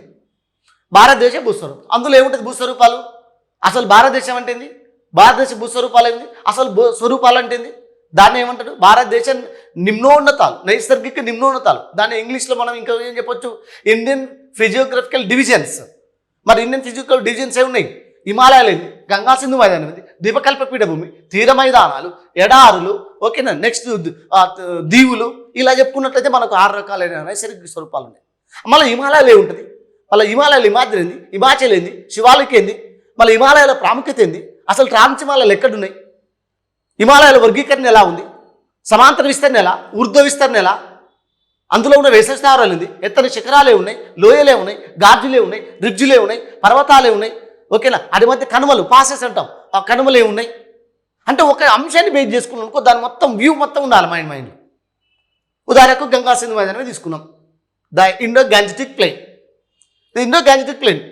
గంగా సింధు మైదానం విస్తీర్ణం ఎంత, అసలు అది ఎలా ఏర్పడింది, అసలు 10th శబ్దం నుంచి ఎలా ఏర్పడింది, అసలు గోండవాన్ అంటే అంగార భూభాగం అంటుంది, అసలు అంగార గోండవాన్ భూభాగాలు అసలు ఎట్లా కొల్యూట్ జరిగినాయి, అంటే ఎట్లా ఢీకొట్టినాయి, అసలు ఏ సంవత్సరంలో అవి ఫామ్ అయినాయి, మరి వాటి వల్ల ఏ విధంగా జరిగింది, భారతదేశంలో ప్రాచీన భూస్వరూపం ఏంది, మరి గంగా సింధు మైదానంలో ఉన్నటువంటి నేలల స్వభావం ఏంది, అందులో బాబర్ నేల ఏంది, టెరాయి నేల ఏంది, బంగారు నేల ఏంది, కాదర్ నేల ఏంది, రక్కర్ నేల అంటుంది, తుర్ నేలలు ఏంది, కజక్ నేలలు ఏంది, చోపాన్ నేల ఏంది, ఊసర నేల ఏంది, రే నేల ఏంది, అసలు ఈ నేలలు ఎలా ఏర్పడతాయి, అందులో సారవంతమైంది, అందులో సారం తక్కువది ఏంది, వ్యవసాయ సంపద నిలవేంది, వ్యవసాయ పంటలు పండంది ఏంది, నిస్సారమైన నేల ఏంది, అసలు గులకరాల నేల ఏంది, తేమతో ఉన్న నేల ఏంది, పురాతన ఉండడం ఏంది, అంటే నీకు ఒక రకంగా చెప్పాలంటే దాని మీద మొత్తం పర్ఫెక్ట్ ఒక వ్యూ ఉండాలి. అంతేకాదు అదే గంగా సింధు మైదానం తీసుకున్నాం, మనకు లాస్ట్ టైం క్వశ్చన్ అడిగిండు, గంగా సింధు మైదానంలో ఉన్న వరస నేలలు ఏవని అడిగిండు. ఎస్ అడిగిండు క్వశ్చన్, బాబర్, టెరాయి, బంగర్, కాదర్, ఇలా వరుస క్వశ్చన్స్ అడిగి, అంటే సీక్వెన్స్లో. అంతకుముందు ఎగ్జామ్లలో వచ్చినాయి. దోబ్స్ ఉంటాయి, మనకు తెలుసు గంగా సింధు మీద దో అంటే 2, అబ్ అంటే అది, దో అబ్ 2 నదుల మధ్య ప్రాంతం. 2 నదులు సమాంతరంగా ప్రవహిస్తున్నప్పుడు, ఆ 2 నదుల మధ్య ప్రవహించే సమాంతరంగా 2 నదులు సమాంతరంగా ప్రవహిస్తున్నప్పుడు ఆ మధ్యలో ఏర్పడినటువంటి సారవంతమైన భూభాగం ఏదైతే ఉందో దాన్ని మనం దోబ్ అంటాం. బిస్తు దోబ్ అంటుంది, బారి దోబ్ అంటుంది, రెచినా దోబ్ అంటుంది, చాంగు దోబ్ అంటుంది, సింధు సాగర్ దోబ్ అంటుంది. అసలు ఈ దోబ్స్ ఏంది, పంచసింధు ప్రాంతం ఏంది, ఓకేనా, అసలు సింధు ప్రాంతం ఏంది, పంజాబ్ ప్రాంతం ఏంది, అసలు ఈ దోబ్స్ ఎలా ఏర్పడ్డాయి, మరి దోబ్ అంటే ఏంది, బ్యాక్ వాటర్స్ అంటే ఏంది, బ్యాడ్ ల్యాండ్స్ అంటే ఏంది, వెనుకకు మిగిలిన జలాలు అంటే ఏంది, పృష్ఠ జలాలు అంటే ఏంది, అందులో కందర దీవులు అంటే ఏంది, అంటే సింపుల్గా చెప్పుకుంటే దాని మీద మొత్తం ఒక అవగాహన ఉండాలి. చదివే ఒక అంశాన్ని గుర్తుపెట్టుకోండి, నువ్వు అంశం చదువుతావో దాని అంశాన్ని రూట్ వరకు వెళ్ళాలి. అది ఎగ్జామ్ వస్తుందా సార్ రూట్ వరకు వెళ్తే, కానీ నువ్వు అప్లైడ్ క్వశ్చన్ చేయగలుగుతావు, ఎనాలిసిస్ చేయగలుగుతావు, లాజికల్గా ఆలోచించగలుగుతావు, వాడు ఏ రేంజ్లో ఇచ్చినా చేస్తావు. మ్యాప్ ఓరియంటేషన్ ఇస్తారు క్వశ్చన్లు కొన్నిసార్లు, మనకు ఇది కూడా క్వశ్చన్ అనిపిస్తుంది. ఈ కింది వాళ్ళు భారతదేశంలో ఉత్తరం నుంచి దక్షిణానికి వరుసగా ఉన్నటువంటి భూస్వరూపాలని అమర్చండి అంటాడు. ఉత్తరం నుంచి దక్షిణానికి ఇక తెలవాలి, ఏమంటాడు, ఇచ్చిన భూస్వరూపాలు ఇస్తాడు. ఆరావళి పర్వతాలు, ఇండియా పర్వతాలు, సత్పురా పర్వతాలు, అజంతా పర్వతాలు, సహ్యాద్రి పర్వతాలు, బాబుపురాన్ కొండలు, అన్నమలై కొండలు, నీలగిరి కొండలు, పైనుంచి కిందాక వరుసగా వచ్చేసినాయి. అంటే నీకు ఇది అవగాహన ఉండాలి. అరేంజింగ్ ఆర్డర్ అంటాడు, north to south arranging the order అంటాడు, లేదా ఈస్ట్ నుంచి వెస్ట్ అంటాడు, ఈస్ట్ టు వెస్ట్ ఉన్నటువంటి సిటీస్ అంటాడు, లేదా ఈస్ట్ నుంచి వెస్ట్కు ఉన్నటువంటి నదులు అంటాడు. అంటే నీకు విషయం ఏంది, ఇదంతా నీకు ఓవరాల్ వ్యూ ఒక అవగాహన ఉన్నప్పుడు మాత్రమే ఇలాంటి క్వశ్చన్ చేయగలుగుతావు. ఉదాహరణకు నేను చెప్తాను, ఇప్పుడు ఇంకో క్వశ్చన్ చూద్దాం. ఇలా ఎలా వస్తాయి సార్ క్వశ్చన్స్ చూద్దాం. మరి క్వశ్చన్స్ ఎన్ని చెప్తున్నావు కదా, మరి ఎట్లా వస్తాయి సార్ క్వశ్చన్స్ చూద్దాం, ఎట్లా వస్తాయి ఇప్పుడు చూపిస్తాను చూడండి. ఉదాహరణకు తీసుకున్నట్లయితే జాగ్రత్తగానండి, అందరూ తెలుసు మీకు, ఫస్ట్ పూర్వ పరిజ్ఞానం అనేది ఎవరికైనా ఉంటుంది. ఒకసారి చూడండి, ప్రపంచంలో ఎత్తైన శిఖరం ఏంటిదండి, ఎవరెస్ట్. ఎవరెస్ట్ శిఖరం ఏ దేశంలో ఉంది? నేపాల్. నేపాల్లో దీన్ని ఏమంటారు? సాగరమాత. సాగరమాతకు ముందు ఉన్న పాత పేరు ఏం పేరు? ఆ పాత పేరు పీక్ 15. పీక్ 15కు ముందున్న పేరు ఏం పేరు? అసలు ఎవరెస్ట్ పేరు ఎప్పుడు పెట్టారు? జార్జ్ ఎవరెస్ట్ ఎప్పుడు కనిపెట్టిండు? అసలు ఎవరెస్ట్ శిఖరం ఎత్తు ఎంత పెరిగింది? అసలు ఎత్తు పెరగడానికి కారణమైన బలాలేంది? ఎత్తు పెరిగినట్టుగా ఎవరు నిర్ధారించరు? బల్గేరియన్ శాస్త్రవేత్తలు ఏం చేశారు? వాషింగ్టన్ సర్వే వాళ్ళు, అమెరికన్ వాషింగ్టన్ జియోలాజికల్ సర్వే వాళ్ళు ఎంత నిర్ధారించరు? అసలు ఎవరెస్ట్ శిఖరం ఎత్తు పెరిగింది? ఎత్తు కారణమైన బలాలేంది? అసలు చంపిన బలాలంటేంది? విరూపాకారక బలాలంటేంది? తరతనిత బలాలేంది? అసలు హిమాలయ పర్వతాలకు అడుగు భూభాగం ఏంది? అసలు టెతిస్ సముద్రం ఏంది? అంగార భూభాగం ఏంది? గొండువాన భూభాగం ఏంది? అంగార గొండు భూభాగాలు మొదట ఏ దశలకు గురైనాయి? అంటే మొదటి దశలో ఏ బలాలకు గురైనాయి? రెండో దశలో ఏ బలాలకు గురైనాయి? అసలు భారతదేశంలో పురాతన భూస్వరూపం ఏంది? అసలు మృత పర్వతాలు అంటేంది? ఖండ పర్వతాలు అంటేంది? అవశిష్ట పర్వతాలు అంటేంది? చూడండి, మనం ఎక్కడి దాకా వెళ్తున్నామో, ఎక్కడ స్టార్ట్ చేసినాం. ఇక్కడ మీరు మిత్రులారా గుర్తుపెట్టుకోవాలి, నేను ఇక్కడ మాట్లాడేది మీరు ఇప్పుడు సబ్జెక్ట్ నేర్చుకోవడం కాదు. క్వశ్చన్స్ ఎలా ఉంటున్నది, ఏ విధంగా క్వశ్చన్ మేక్ అవుతుంది, క్వశ్చన్ మేకింగ్ ఎలా ఉంది, దాని రూట్ ఎలా వెళ్తుంది, ఫస్ట్ వే ఆఫ్ స్టైల్ తెలుసుకోండి. ఇప్పుడు ఈ 1 గంట సేపట్లో నేను ఈరోజు క్లాస్లో మొత్తం తీసి మనం నోట్లో పెట్టినట్టు ఏం చేయలేం. కానీ ఏంది అసలు హౌ టు లెర్న్, ఏ విధంగా నేర్చుకోవాలి, క్వశ్చన్ ఏ విధంగా మేకింగ్ వస్తుంది, క్వశ్చన్ మేకింగ్ ఎలా ఉంది, మనం ఏ విధంగా క్వశ్చన్ తయారు చేసుకోవాలి, అసలు క్వశ్చన్ స్టైల్ ఎలా ఉంటుంది, సిలబస్ ఏ విధంగా ఉంటుంది, మనం చదివే స్టైల్ తెలుసుకోవాలి ఫస్ట్. ఇప్పుడు రైట్. కాబట్టి ఇక్కడ విషయాన్ని గమనిస్తే మీరందరూ మాట్లాడుతారు ప్రపంచంలో ఎత్తైన శిఖరం ఏంటిది? ఎవరెస్ట్. అందరికీ తెలుసు, మనకు తెలుసు. అసలు ఇలాంటి క్వశ్చన్లు ఎగ్జామ్లో రావు. ఏం సార్ ఇవి ఎగ్జామ్లో రావు, కానీ ఇవి చదువు వస్తుందని చెప్పుకోవడానికి ఉపయోగపడుతుంది తప్ప. ఇంకా బాగా చెప్పాలంటే పూర్వ పరిజ్ఞానం ఇది, అంతే. ఎక్కడ వచ్చింది ఇప్పటివరకు ప్రపంచంలో ఎత్తైన శిఖరం ఏందని వచ్చిందా? రాలే. ఎప్పుడు వచ్చింది? 2012కు ముందు వచ్చింది. కానీ 2012 తర్వాత ఈ ఇట్లు రావు. ఒక 2012కు ముందు పాత పేపర్లు చదువుకొని పోయిన 60% క్వశ్చన్లు వచ్చేది. ఇప్పుడు పాత పేపర్లు చదువుకొని వస్తుందా? ఇప్పుడు అడిగింది మళ్ళీ నెక్స్ట్ టైమే రాదు. ఒకసారి రాసిన డిఎస్సి ప్యాటర్న్ మళ్ళీ నెక్స్ట్ టైం డిఎస్సి ప్యాటర్న్ రాదు. ఒకసారి ఒక ఏరియాలో ఎక్కువ ఫోకస్ చేస్తే ఇంకో ఏరియాలో ఇంకోసారి ఫోకస్ చేస్తాడు. ఒకసారి ఒక ఏరియాని మొత్తం తీసేస్తాడు. ఎందుకు తీసేసినాం అంటే అర్థలేదు. ఎందుకంటే వాడు ఇచ్చినటువంటి నీకు ఫుల్ఫిల్ ఎంతైతే పేపర్ సెట్టింగ్ ఉందో అంత పేపర్ సెట్టింగ్ నీకు మొత్తం ఏదో ఒక పార్ట్ నుంచి అయితే కంపల్సరీ ఇచ్చేస్తూనే ఉంటాడు. ఇళ్ళ నుంచి ఎన్ని క్వశ్చన్ రావాలని మాత్రం ఖచ్చితంగా చెప్పడానికి లేదు. మొత్తానికైతే వాడు ఇచ్చిన సిలబస్ నుంచి ఇస్తాడు. అంటే విషయం మీకు అర్థమవుతుంది. అంటే ఇక్కడ విషయం ఏంది? ఏ దేశంలో ఉంది? నేపాల్. ఇది అందరు కొద్దిగా తెలుసు. నేపాల్ ఏమంటారు దాన్ని స్థానికంగా? ఇది వరకు తెలుసు, సాగరమాత. మరి సాగరమాతకు పాత పేరేం పేరు? పీక్ 15. పీక్ 15కి ఇంకా ముందు పేరేం పేరు? Peak B. మరి పీక్ 15 పేరుని సాగరమాత పేరు ఏదైతే అంటే పీక్ 15బిని మరి జార్జ్ ఎవరెస్ట్ పెట్టింది. మరి ఎప్పుడు ఎవరెస్ట్ శిఖరంగా ఎప్పుడు పేరు పెట్టిండు? మరి ఎప్పటి నుంచి అది అమల్లోకి వచ్చింది? రాయల్ స్కాటిష్ మిషన్ ఏదైతే ఉందో, ఇంగ్లాండ్ రాయల్ స్కాటిష్ మిషన్ ఏదైతే ఉందో అది ఎప్పటి నుంచి అమల్లోకి తీసుకొచ్చింది? మరి ఎత్తెంత పెరిగింది? అంటే నేనేం చేస్తున్నా డెప్త్ వెళ్తున్నావా లేదా? డెప్త్ మారుతా ఉంది. బలాలను చంపిన బలాలు, విరూపకార బలాలు, తలెత్తిన బలాలు. అసలు ఎందుకు హిమాలయాలు భూకంపాలు వస్తాయి? భూకంపాల కారణం ఏంది? మళ్ళీ అంటే బ్యాక్గ్రౌండ్ వెళ్ళాం. భూకంపాల కారణం ఏంది? మళ్ళీ భూకంపాలు అనగానే మళ్ళీ ఏమంటాడు? పీ తరంగాలు, ఎస్ తరంగాలు, ఎల్ తరంగాలు.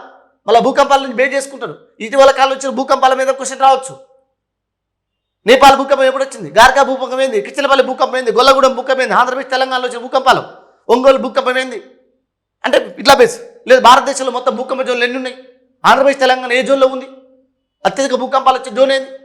తక్కువ భూకంపాలు వచ్చే జోన్ ఏంది? అసలు ఇప్పటివరకు గుర్తించబడ్డ జోన్ ఏంది? భారతదేశంలో ఎక్కువ భూకంపాల తీవ్రత ఎప్పుడు ఏ ప్రాంతాల్లో సంభవిస్తుంది? అంటే ఇలా ఎందుకు హిమాలయాల్లో భూకంపాలు వస్తాయి? ఇగో ఇలా అప్లైడ్ ఒక దాన్ని లింక్ చేసుకుని ఎందుకు అంగార భూభాగాలు సంపీన బలానికి గురవుతున్నాయి. సంపీన బలానికి గురవుతుంటే ఏమవుతున్నాయి? ఓకేనా, తెత్తి సముద్రానికి నొక్కబడుతూ పైకి నెట్టబడుతుంది, ఉద్ధతి చెందుతుంది. ఓకేనా, అప్లిఫ్ట్ అవుతుంది. ఓకేనా, సంపీన బలాలు టిల్టెడ్ అవుతున్నాయి, అంటే సంపీన బలాలు. ఓకేనా, ఇక్కడ కంప్రెస్డ్ అవుతుంది. రైట్. ఈ సమయంలో ఏమవుతుంది? Uplifting from the Tethys ocean as the formation of the folded mountains. The folded mountains will be called as Himalayan range mountains. Is the youngest folded mountains in the world. మరి ఇలా మనము ఒక్కదాన్ని base చేసుకొని route మొత్తం వెళ్ళాలి. అట్లా వెళ్తే ఎగ్జామ్లర్ question ఏ విధంగా ఇచ్చినా మనం చేయగలుగుతాము, ఏ రకంగా ఇచ్చినా మనం చేయగలుగుతాము. ఇగో ఇది మనకు కావాల్సిన స్టైల్. మరి ఇప్పుడు ఎలా వస్తుంది సార్? మరి ఇదంతా చెప్పిన బాగానే ఉంది. మరి ఇప్పుడు క్వశ్చన్స్ ఎలా వచ్చే అవకాశం ఉంది? ఒక్క చెప్పండి క్వశ్చన్ చూద్దాం. రైట్, ఒకసారి చూడండి క్వశ్చన్స్ ఎలా వస్తాయో. ఇప్పుడు అప్లికేషన్ క్వశ్చన్స్ అంటే ఏంది, లాజికల్ థింకింగ్ క్వశ్చన్స్ అంటే ఏంది, కామన్ సెన్స్ క్వశ్చన్స్ ఏంది, కాన్సెప్ట్ క్వశ్చన్స్ ఏంది ఒకసారి చూద్దాం. ఇక్కడ చూస్తే విశాఖపట్నం వద్ద 43 డిగ్రీల సెల్సియస్ ఉష్ణోగ్రత ఉంటే, జాగ్రత్తగా వినాలి, విశాఖపట్నం వద్ద 43 డిగ్రీల సెల్సియస్ ఉష్ణోగ్రత ఉంటే ఎవరెస్ట్ శిఖరం పైన ఎంత ఉష్ణోగ్రత ఉంటుంది? ఇది క్వశ్చన్, అడిగిన క్వశ్చన్. చూడడానికి చాలా సింపుల్గా ఉంది, కానీ క్వశ్చన్ ఎలా ఉంటుంది చూడు, దిమ్మ తిరిగిపోవాలి. ఎలా? విశాఖపట్నం ఎందుకు ఇచ్చిండు? హైదరాబాద్ ఇవ్వచ్చు కదా, లేదా తిరుపతి ఇవ్వచ్చు కదా, లేదా కరీంనగర్ ఇవ్వచ్చు కదా, లేదా మహబూబ్ నగర్ ఇవ్వచ్చు కదా, ఎందుకు మరి? లేదా నల్గొండ ఇవ్వచ్చు కదా, ఎందుకు విశాఖపట్నం ఇచ్చినాం? రైట్, మనకు ఫస్ట్ స్ట్రైక్ కావాలి. ఏంది? విశాఖపట్నం అంటే ఇది మీన్ సీ లెవెల్, MSL, సముద్ర మట్టం. సముద్ర మట్టం వద్ద ఎంత ఉష్ణోగ్రత? 43 డిగ్రీల ఉష్ణోగ్రత. Celsius Fahrenheit Celsius. ఎవరెస్ట్ శిఖరం మీద ఎంత అంటే, ఇప్పుడు ఎవరెస్ట్ శిఖరం మీద ఎంత అంటే అసలు ఎవరెస్ట్ శిఖరం ఎత్తు తెలవాలి నీకు. ఇక్కడ ఈ క్వశ్చన్ చేయడానికి ఎన్ని సామర్థ్యాలు మనకు ఉండాలనో, ఎన్ని అవగాహన ఉండాలో ఒకసారి చూడండి. ఫస్ట్ ఏంటిది? MSL, మీన్ సీ లెవెల్ అనేది నీకు తెలియాలి, ఇది అవగాహన. రెండవది ఎవరెస్ట్ శిఖరం ఎత్తు తెలియాలి. 8848 మీటర్లు, ప్రస్తుతం అయితే 50 మీటర్లు అని ఇస్తున్నాడు. ఓకేనా? రైట్, 8850 మీటర్లు. రైట్, మూడవది ఏం తెలవాలి సార్? మరి ఎత్తు పెరిగే ఎత్తు ఎంత ఉంది? మరి మూడోది ఏంటంటే అసలు ఎత్తు పెరుగుతుంటే ఉష్ణోగ్రత తగ్గుతుందా పెరుగుతుందా? ఎత్తు పెరుగుతుంటే ఉష్ణోగ్రత ఏమవుతుంది? టెంపరేచర్ తగ్గుతుంది. So height increasing as well as temperature will be decreasing. ఎత్తు పెరుగుతుంటే ఉష్ణోగ్రత తగ్గుతుంది. రైట్, ఇది కాన్సెప్ట్ మనకు. ఎత్తు పెరుగుతుంటే ఉష్ణోగ్రత తగ్గుతుంది, ఇది నీకు తెలియాలి, తెలిసింది. 4వ అంశం ఏం చేయాలి? మరి ఎంత ఎత్తుకుపోతే ఎంత తగ్గుతుంది? రైట్, 1 కిలోమీటర్ ఎత్తు పెరిగినట్లయితే 6.4 డిగ్రీల సెల్సియస్ ఉష్ణోగ్రత తగ్గుతుంది. అప్రాక్సిమేట్లీ కొన్నిసార్లు 6 డిగ్రీలని ఇస్తారు మనకు. లేదు ఇంకా కొంచెం లోపలికి వెళ్తే 165 meters, every 165 meters height will be, altitude will be increasing, then automatically 1 degree Celsius temperature will be decreasing. 165 meters altitude will be increasing as well as along with the 1 degree Celsius temperature will be decreasing. So these are information. So you have already in before of the question. ఇది తెలవకండి, question కంటే ముందు మనకి ఈ knowledge, ఈ సామర్థ్యాలు ఉండాలి. అంటే నీకు ఇంత ఎత్తు పోతే ఇంత, అంటే కిలోమీటర్లు ఇవ్వచ్చు, మీటర్లు ఇవ్వచ్చు కాబట్టి. రైట్, ఇప్పుడు నీకు తెలిసింది ఏంది? రైట్, 4వది ఏంది? ఎత్తు పెరుగుతుంటే ఉష్ణోగ్రత తగ్గుతుంది. మరొకటి 1 కిలోమీటర్ ఎత్తుకుపోతే 6.4 డిగ్రీల సెల్సియస్ ఉష్ణోగ్రత తగ్గుతుంది. రైట్, లేదా 165 మీటర్లకు 1 డిగ్రీ తగ్గుతుంది అనేది నీకు తెలుసు. ఇప్పుడు 4 తెలిసినాయి. తెలిసినాక ఇంకేం చేయాలి? 5వది వీటిని అప్లై చేయాలి. ఎలా అప్లై చేయాలంటే ఇవన్నీ తెలుసు. ఇప్పుడు ఏం చేయాలి? ఎవరెస్ట్ శిఖరం ఎత్తు ఎంత? 8848 మీటర్లు లేదా 50 మీటర్లు. రైట్, 8850 మీటర్లు. మరి మనకి ఎంత ఇచ్చింది సార్ తెలుగు అకాడమీలో? మరి 10th స్టాండర్డ్లో ఏమైనా ఇచ్చిన డేటా? ఎవరెస్ట్ శిఖరం ఎత్తు ఎంత అని మనకు చెప్పలేదు, దాన్ని అడగడం కూడా అడగడు. రైట్, విషయాన్ని మరి చాలామంది ప్రస్తుతము వాషింగ్టన్ జియోలాజికల్ సర్వే వాళ్ళు, సొసైటీ వాళ్ళు, రైట్, అలాగే స్కాట్లాండ్ శాస్త్రవేత్తలు ఇద్దరు, ఓకేనా, ఆ ఇద్దరు శాస్త్రవేత్తలు కూడా ఈ యొక్క ఎవరెస్ట్ శిఖరం ఎత్తుని 8850 మీటర్లుగా నిర్ధారణ చేయడం కూడా జరిగింది. రైట్, ఈ విషయాన్ని గమనిద్దాం. మరి 8850 మీటర్లు ఇది. ఇప్పుడు దీని క్వశ్చన్ ఎలా ఫ్రేమ్ చేస్తారు అంటే, ఇప్పుడు ఎవరెస్ట్ ఎత్తు తెలవాలి. తెలిసింది ఎంత? 8850 మీటర్లు అంటే సుమారుగా 9 కిలోమీటర్లు. కిలోమీటర్ ఉష్ణోగ్రత ఎంత తగ్గుతుంది? వెరీ గుడ్, 6 డిగ్రీల ఉష్ణోగ్రత తగ్గుతుంది. అంటే ఇంటూ 6, 9 ఎంత? 54. అంటే వచ్చే డిగ్రీ ఎంత ఉష్ణోగ్రత? 54 డిగ్రీలు. మైనసా ప్లస్సా? మైనస్, ఎందుకంటే పైకి పోతా ఉంటే తగ్గుతూ పోతుంది కాబట్టి మైనస్లోకి వెళ్ళిపోతుంది.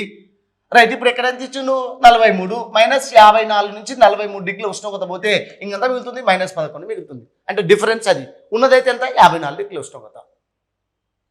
అంటే ఇప్పుడు ఎవరెస్ట్ శిఖరం మీద ఎంత ఉష్ణోగ్రత ఉంటుందని మనం చెప్పగలుగుతున్నామా లేదా? అంటే విషయం ఏంది ఇక్కడ అంటే వాడిచ్చినటువంటి లెక్క ప్రకారంగా ఈ రకంగా. అంటే ఇప్పుడు క్వశ్చన్ చూడడానికి సింపుల్గానే ఉంది.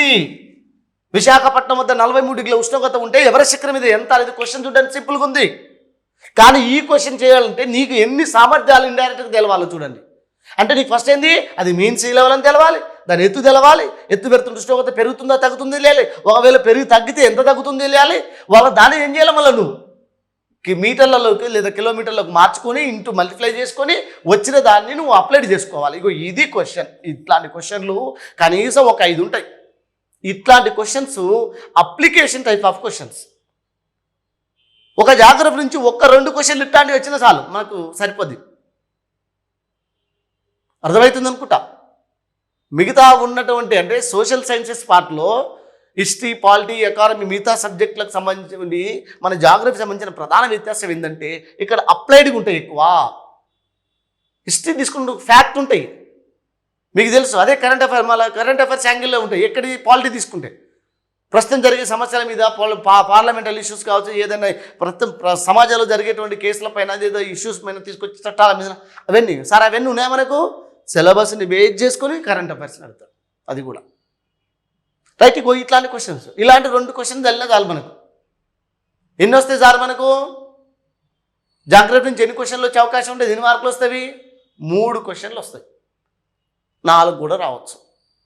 కత్తి కొంచెం బాగా తిప్పడం వస్తే, కత్తి బాగా తిప్పడం, కత్తిలో ఏముండదు తిప్పడం అంటే ఉపయోగించుకోవడం మనకు వస్తే ఇంకో 2 క్వశ్చన్లు కూడా చేయొచ్చు. కనీసం ఒక 4 మార్కులు తీసుకోవచ్చు. అంటే 8 క్వశ్చన్లు. అంటే విషయం ఏందో మీకు అర్థమైపోతుంది. అంటే ప్రధానంగా క్వశ్చన్స్ సరళిగో ఈ రకంగా అప్లికేషన్ టైప్ ఆఫ్ క్వశ్చన్స్ అంటారు ఇట్లా. రైట్. అలాగే ఈ ఒక క్వశ్చన్ చూడండి ఇంకెలా ఇచ్చిండో. క్వశ్చన్స్ ఎలా ఉంటున్నాయి, గతంలో మనకు జరిగిన ఎగ్జామ్స్ క్వశ్చన్స్ ఎలా ఉంటాయి ఇంకొంచెం చూస్తే, ఈజిప్టులో భూకంపం సంభవించినప్పుడు ఎస్ తరంగాలు మొదటగా ఈ క్రింది వారిలో ఏ తీర ప్రాంతాన్ని చేరుకుంటాయి? 1 బ్రెజిల్ తీరం, 2 ఇటలీ తీరం, 3 ఆస్ట్రేలియా తీరం, 4 దక్షిణాఫ్రికా తీరం అనే క్వశ్చన్స్ ఇచ్చింది ఆప్షన్స్. ఇప్పుడు ఈ క్వశ్చన్ చేయాలంటే ఏం ఆధారంతో చేస్తావు? ఏం ఆధారంతో చేస్తామంటే ఫస్ట్ నీకు ఈజిప్ట్ ఎక్కడుందో తెలియాలి. లొకేషన్లో relief of the map. Africa ఖండం ఇలా ఉంటుంది, ఇగో ఇక్కడ ఉంటుంది ఈజిప్ట్లో భూకంపం వచ్చింది. భూకంపం వచ్చినప్పుడు ఎస్ తరంగాలు మొదటగా ఏ ప్రాంతాన్ని ఏ తీరాన్ని చేరుతాయి? ఇగో ఈ ప్రాంతాలు ఇక్కడ ఉంటుంది మనకు. అట్లాంటిక్ మహాసముద్రం దారి వచ్చినాక ఈ ప్రాంతాల్లో దక్షిణ అమెరికా ఖండం ఉంటుంది. దక్షిణ అమెరికాలో ఇక్కడ ఉంటుంది బ్రెజిల్, అంటే బ్రెజిల్ తీరం ఇది. ఈ ప్రాంతాల్లో ఎక్కడో ఆస్ట్రేలియా, ఈ ప్రాంతాల్లో ఉన్నది ఇక్కడ ఆస్ట్రేలియా, ఇక్కడ ఏమో ఉంది. ఈ ప్రాంతాల్లో మనకు మధ్యధరా సముద్రం అడ్డ ఉండి ఇగో ఇక్కడ ఉంటుంది ఇటలీ, ఇగో ఇక్కడ ఉండేది దక్షిణాఫ్రికా. అంటే ఇక్కడ విషయాన్ని గమనించినట్లయితే ఇక్కడ సంభవించినప్పుడు భూకంపం సంభవిస్తే ఇక్కడ సంభవించిన ఎస్ తరంగాలు, SL అంటే PSL, పి తరంగాలు ప్రైమరీ వేవ్స్, ఎస్ తరంగాలు సెకండరీ వేవ్స్. ఈ ఎస్ తరంగాలు మొదటగా ఏ ప్రాంతాన్ని? బ్రెజిల్ తీరానికి వస్తాయా, బ్రెజిల్ తీరాన్ని చేరుతున్నాయా, ఇటలీ తీరానికి పోతున్నాయా, లేదనుకుంటే ఆస్ట్రేలియాకి వెళ్తున్నాయా, లేదు మనకు దక్షిణాఫ్రికాకు వెళ్తున్నాయా? చాలామందికి దగ్గర ఎవరున్నారు? ఇటలీకి పోతున్నారు. కానీ ఇక్కడ ఏమవుతుంది? ఇటలీకి ఈజిప్టుకు మధ్యలో మధ్యధరా సముద్రం అడ్డం ఉంది. మరి మధ్య సముద్రం ఏం సార్? ఎస్ తరంగాలు అనేవి జలం భాగం గుండా ప్రయాణించలేవు.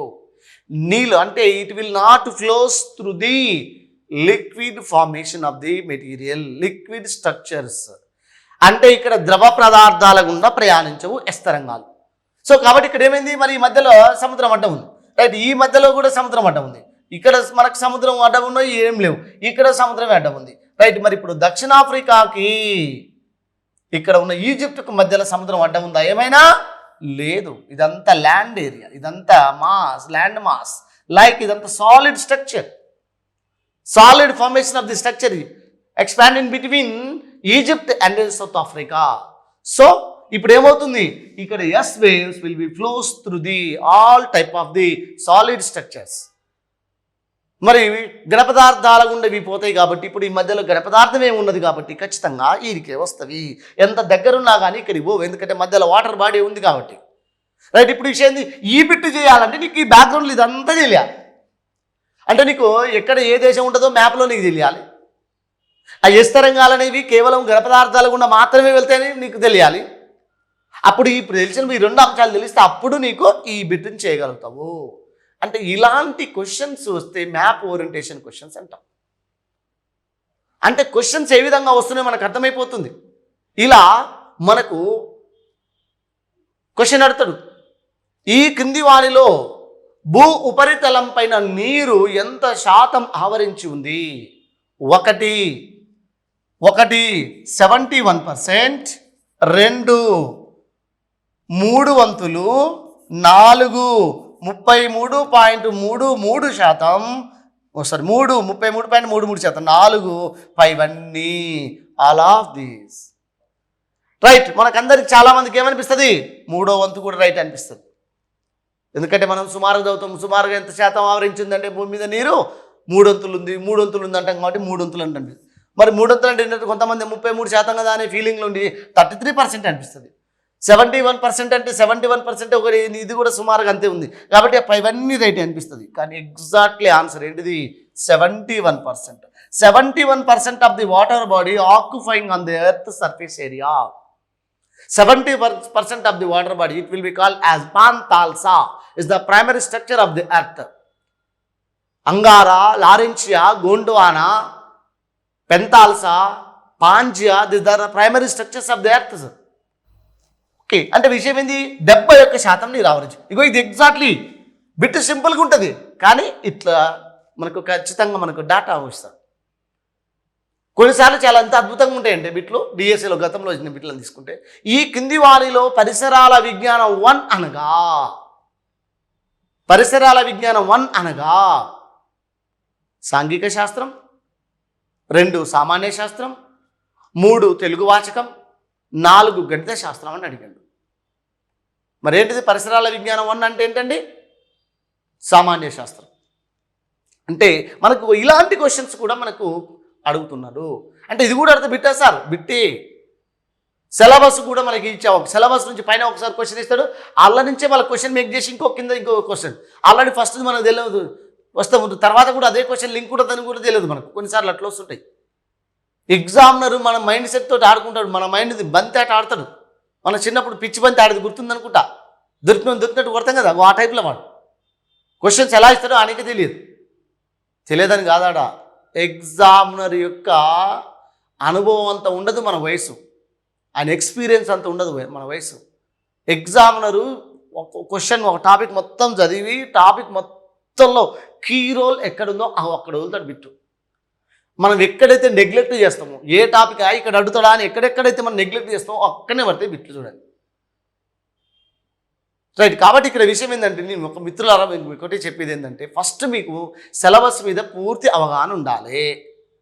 తర్వాత ఉన్నట్టు రెండో అంశం ఏంటంటే, టెక్స్ట్ బుక్ని ఎట్టి పరిస్థితుల్లో మిస్ చేయొద్దు. మనము టెక్స్ట్ బుక్ తప్ప మరొకటి ఏది చదవద్దు. చాలామంది అభ్యర్థులు ఏం చేస్తారంటే, ప్రిపేర్ అవుతున్నప్పుడు మార్కెట్లో మనకు అనేక రకాల కాంపిటేటివ్ ఎగ్జామ్స్ బుక్ అంటే కాంపిటేటివ్ రాసిన బుక్స్ వదిలేస్తారు. ఇక ఒక్కొక్క ఆయన ఇన్స్టిట్యూట్లో చెప్పిన వాళ్ళు చాలామంది ఉంటారు మనకు. ఓకేనా, వెల్ నోన్ పర్సన్స్ అని చెప్పేసి ఓకేనా, ఇక దాంట్లో కింగు, ఇందులో బ్రహ్మ, ఈయన ఈశ్వరుడు, ఈయన విష్ణుమూర్తి అని చెప్పేసి పేర్లు పెట్టుకొని ఇలా మొత్తానికైతే మార్కెట్లో బుక్స్ రిలీజ్ చేస్తారు. వాళ్ళ క్లాస్ విన్నప్పుడు ఆ నోట్స్ చదివితేనే నీకు అర్థమవుతుంది.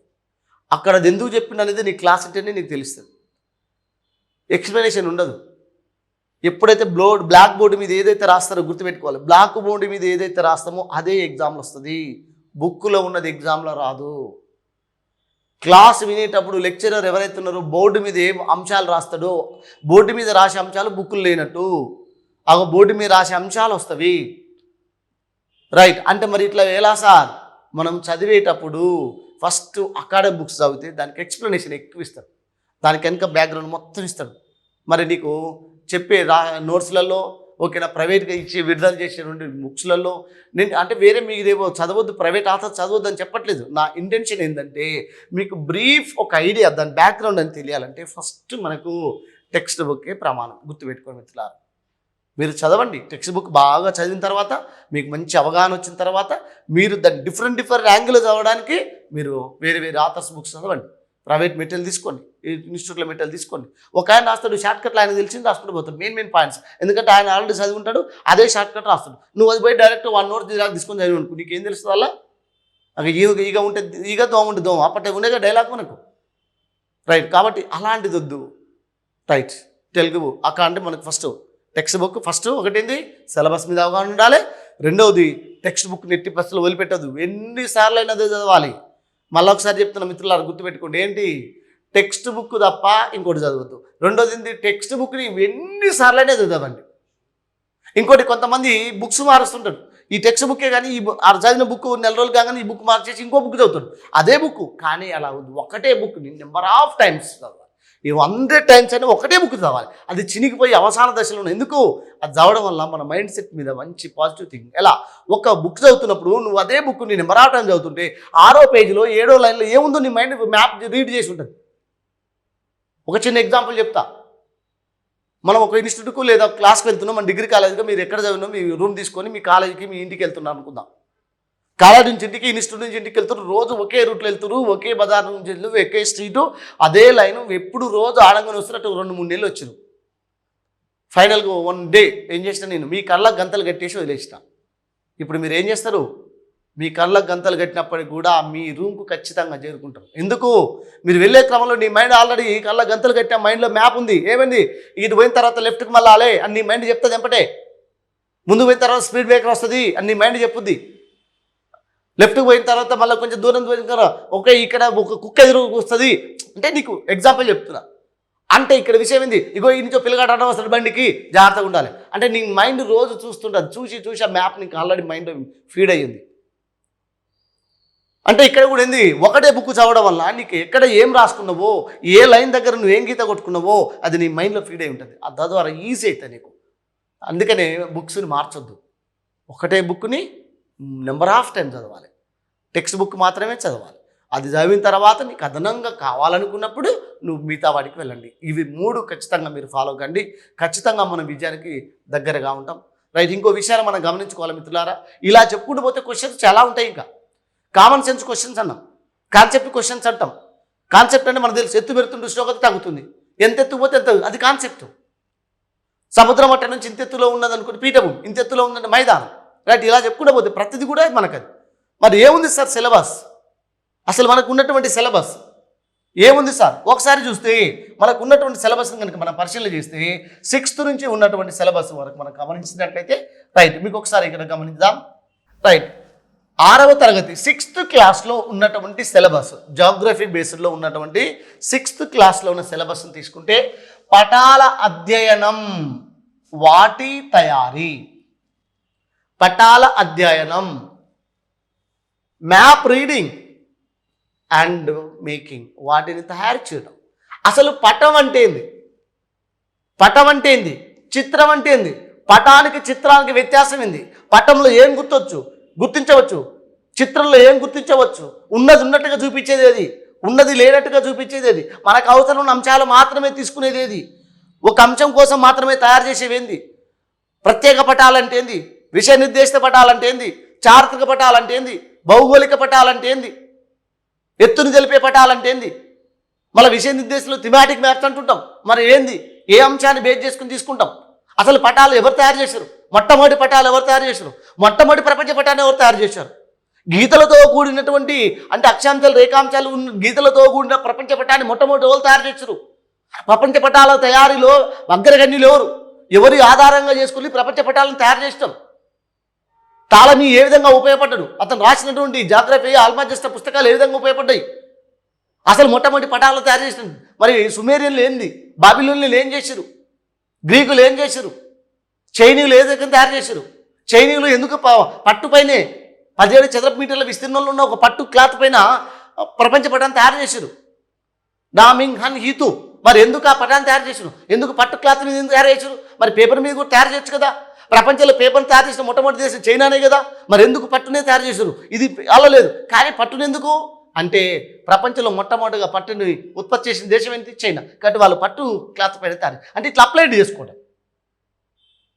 గీతలు అంటే ఏంది, మరి గీతలలో అక్షాంశాలుగా మళ్ళీ రేఖాంశాలతో గీసిరా, మొట్టమొదటి అక్షాంశాలు గీసిరా, రేఖాంశాలు గీసిరా. గెరారస్ మెర్కేటర్ ఏం చేసిండు, జార్జ్ లిమిటేర్ ఏం చేసిండు. రైట్. ఇక్కడ అలాగే తీసుకున్నట్టయితే మనకు ఉన్నటువంటి ఈ అసలు ప్రపంచ పటాలలో మొదటగా మరి మట్టి పలకల మీద తయారు చేశారు. ఆ మట్టి పలకల మీద పటాలు ఎందుకు తయారు చేశారు, దేవాదాయ భూముల కోసమా, లేకపోతే ఇంకా సైనిక అవసరాల కోసమా, లేదా రాజ్య విస్తరణ కాంక్ష కోసమా. అంటే నీకు ప్రతి అంశం మీద ఒక అవగాహన ఉండాలి. సుమేరియన్ల కాంచి మొదలు పెడితే ఆధునిక భారతదేశంలో ఆధునిక ప్రపంచ పటాలను తయారు చేసినటువంటి జార్జ్ ఎవరెస్ట్ వరకు కూడా పూర్తి అవగాహన ఉండాలి మనకు. అంతేకాదు చిహ్నాలతోటి ఉన్నాయి. అప్పుడప్పుడు మనం పోతుంటాం, బోర్డు పెడతాం, అక్కడ బరిగెల్ గ్రౌండ్ ఉందా అంటే సమాధులు ఉన్నాయా, లేదా కోటను చూపించడం, లేదా ఒక నదిని చూపించడం, లేదనుకుంటే ఒక బ్రిడ్జిని చూపించడం. అంటే ఇది ఒక మొత్తం వాడు చెప్పలేడు. మనం చాలా ఫాస్ట్గా వెళ్తుంటాం వెహికల్ మీద. ఒక చిన్న చిహ్నాన్ని గుర్తును చూడగానే ఇక్కడ ఇది ఉందని గుర్తుపెట్టుకోవడం, ఆంగ్ల అక్షరాల మీద చూపించడం, రంగుల మీద చూపించడం, అర్థమవుతుందా, బొమ్మల మీద చూపించడం. ఇలా మనకు కంప్లీట్గా ఒక పాఠాల మీద అంటే పాఠాలని మూడు 3 లెవెల్స్లో ఉన్నాయి మనకి. ఇక్కడ 6th క్లాస్లో ఉంది అది. ఇదే టాపిక్ 7th ఉంది. ఎక్కడ ఉంది 7th? వివిధ రకాల పటాల అర్థం చేసుకోవడం, వివిధ రకాల పటాలను అర్థం చేసుకోవడం, ఎనాలిసిస్ చేస్తాం, అండర్స్టాండింగ్. ఇక్కడ వివిధ రకాల పటాలు అంటే maps, understanding and types of maps and kinds of maps. ఏవి పటాలు? వివిధ రకాల పటాలు. వివిధ రకాల పటాలు ఇందులో మనం అనుకున్నాం భౌతిక పటాల, రాజకీయ పటాలు, చారిత్రక పటాలు, విషయ నిర్దేశిత పటాలు అంటే థిమాటిక్ మ్యాప్స్, ఎత్తును తెలిపే పటాలు. అసలు ఈ పటాలు ఏంది?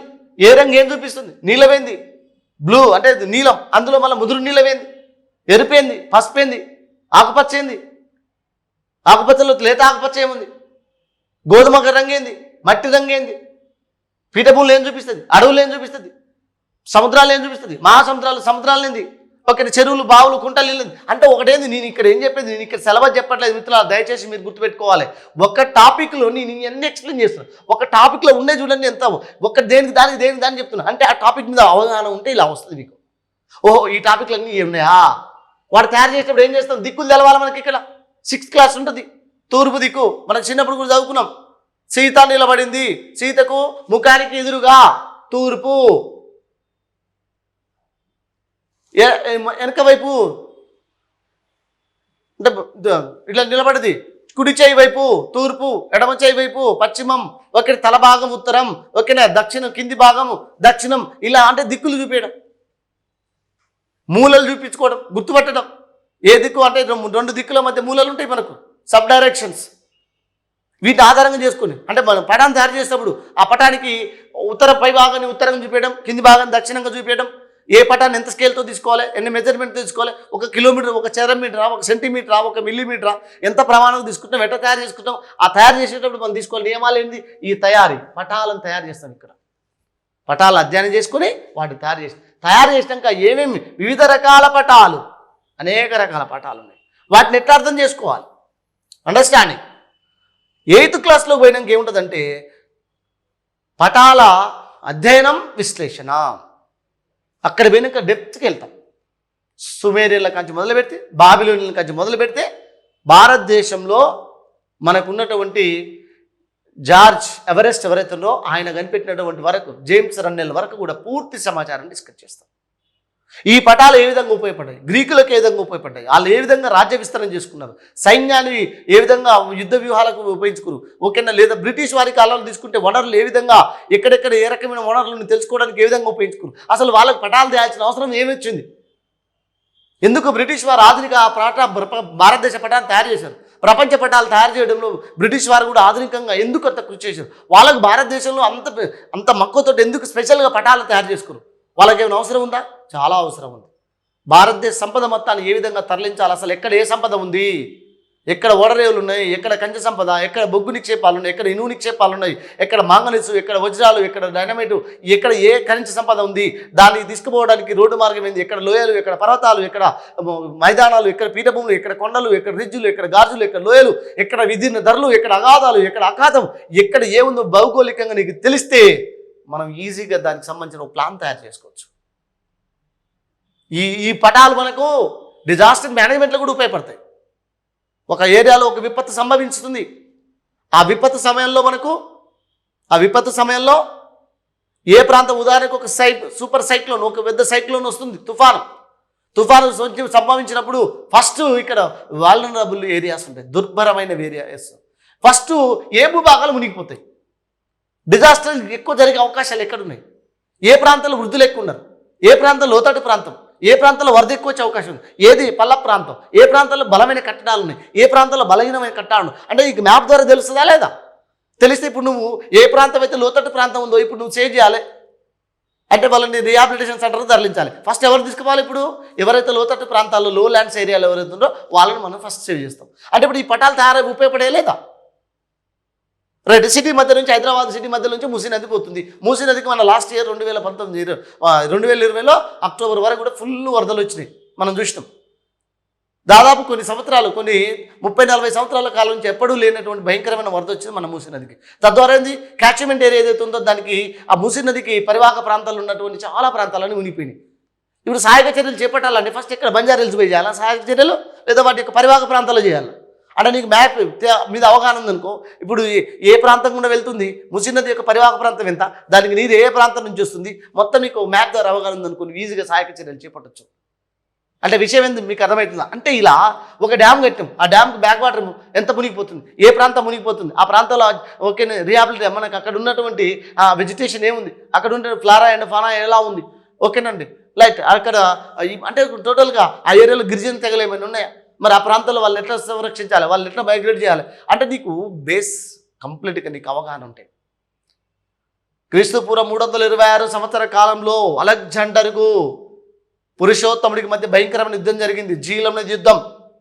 మరి ఆ యుద్ధంలో పురుషోత్తముడు గెలవలేదు, కానీ పురుషోత్తముడి యొక్క ధైర్య సాహసాలను మెచ్చుకొని తన రాజ్యాన్ని మళ్ళీ తిరిగి, అలెగ్జాండర్ ఆక్రమించిన రాజ్యాన్ని తిరిగి మళ్ళీ ఆయనకు అంటే అలెగ్జాండరు పురుషోత్తముడికి ఇచ్చి వెళ్ళిపోయింది అన్నాడు.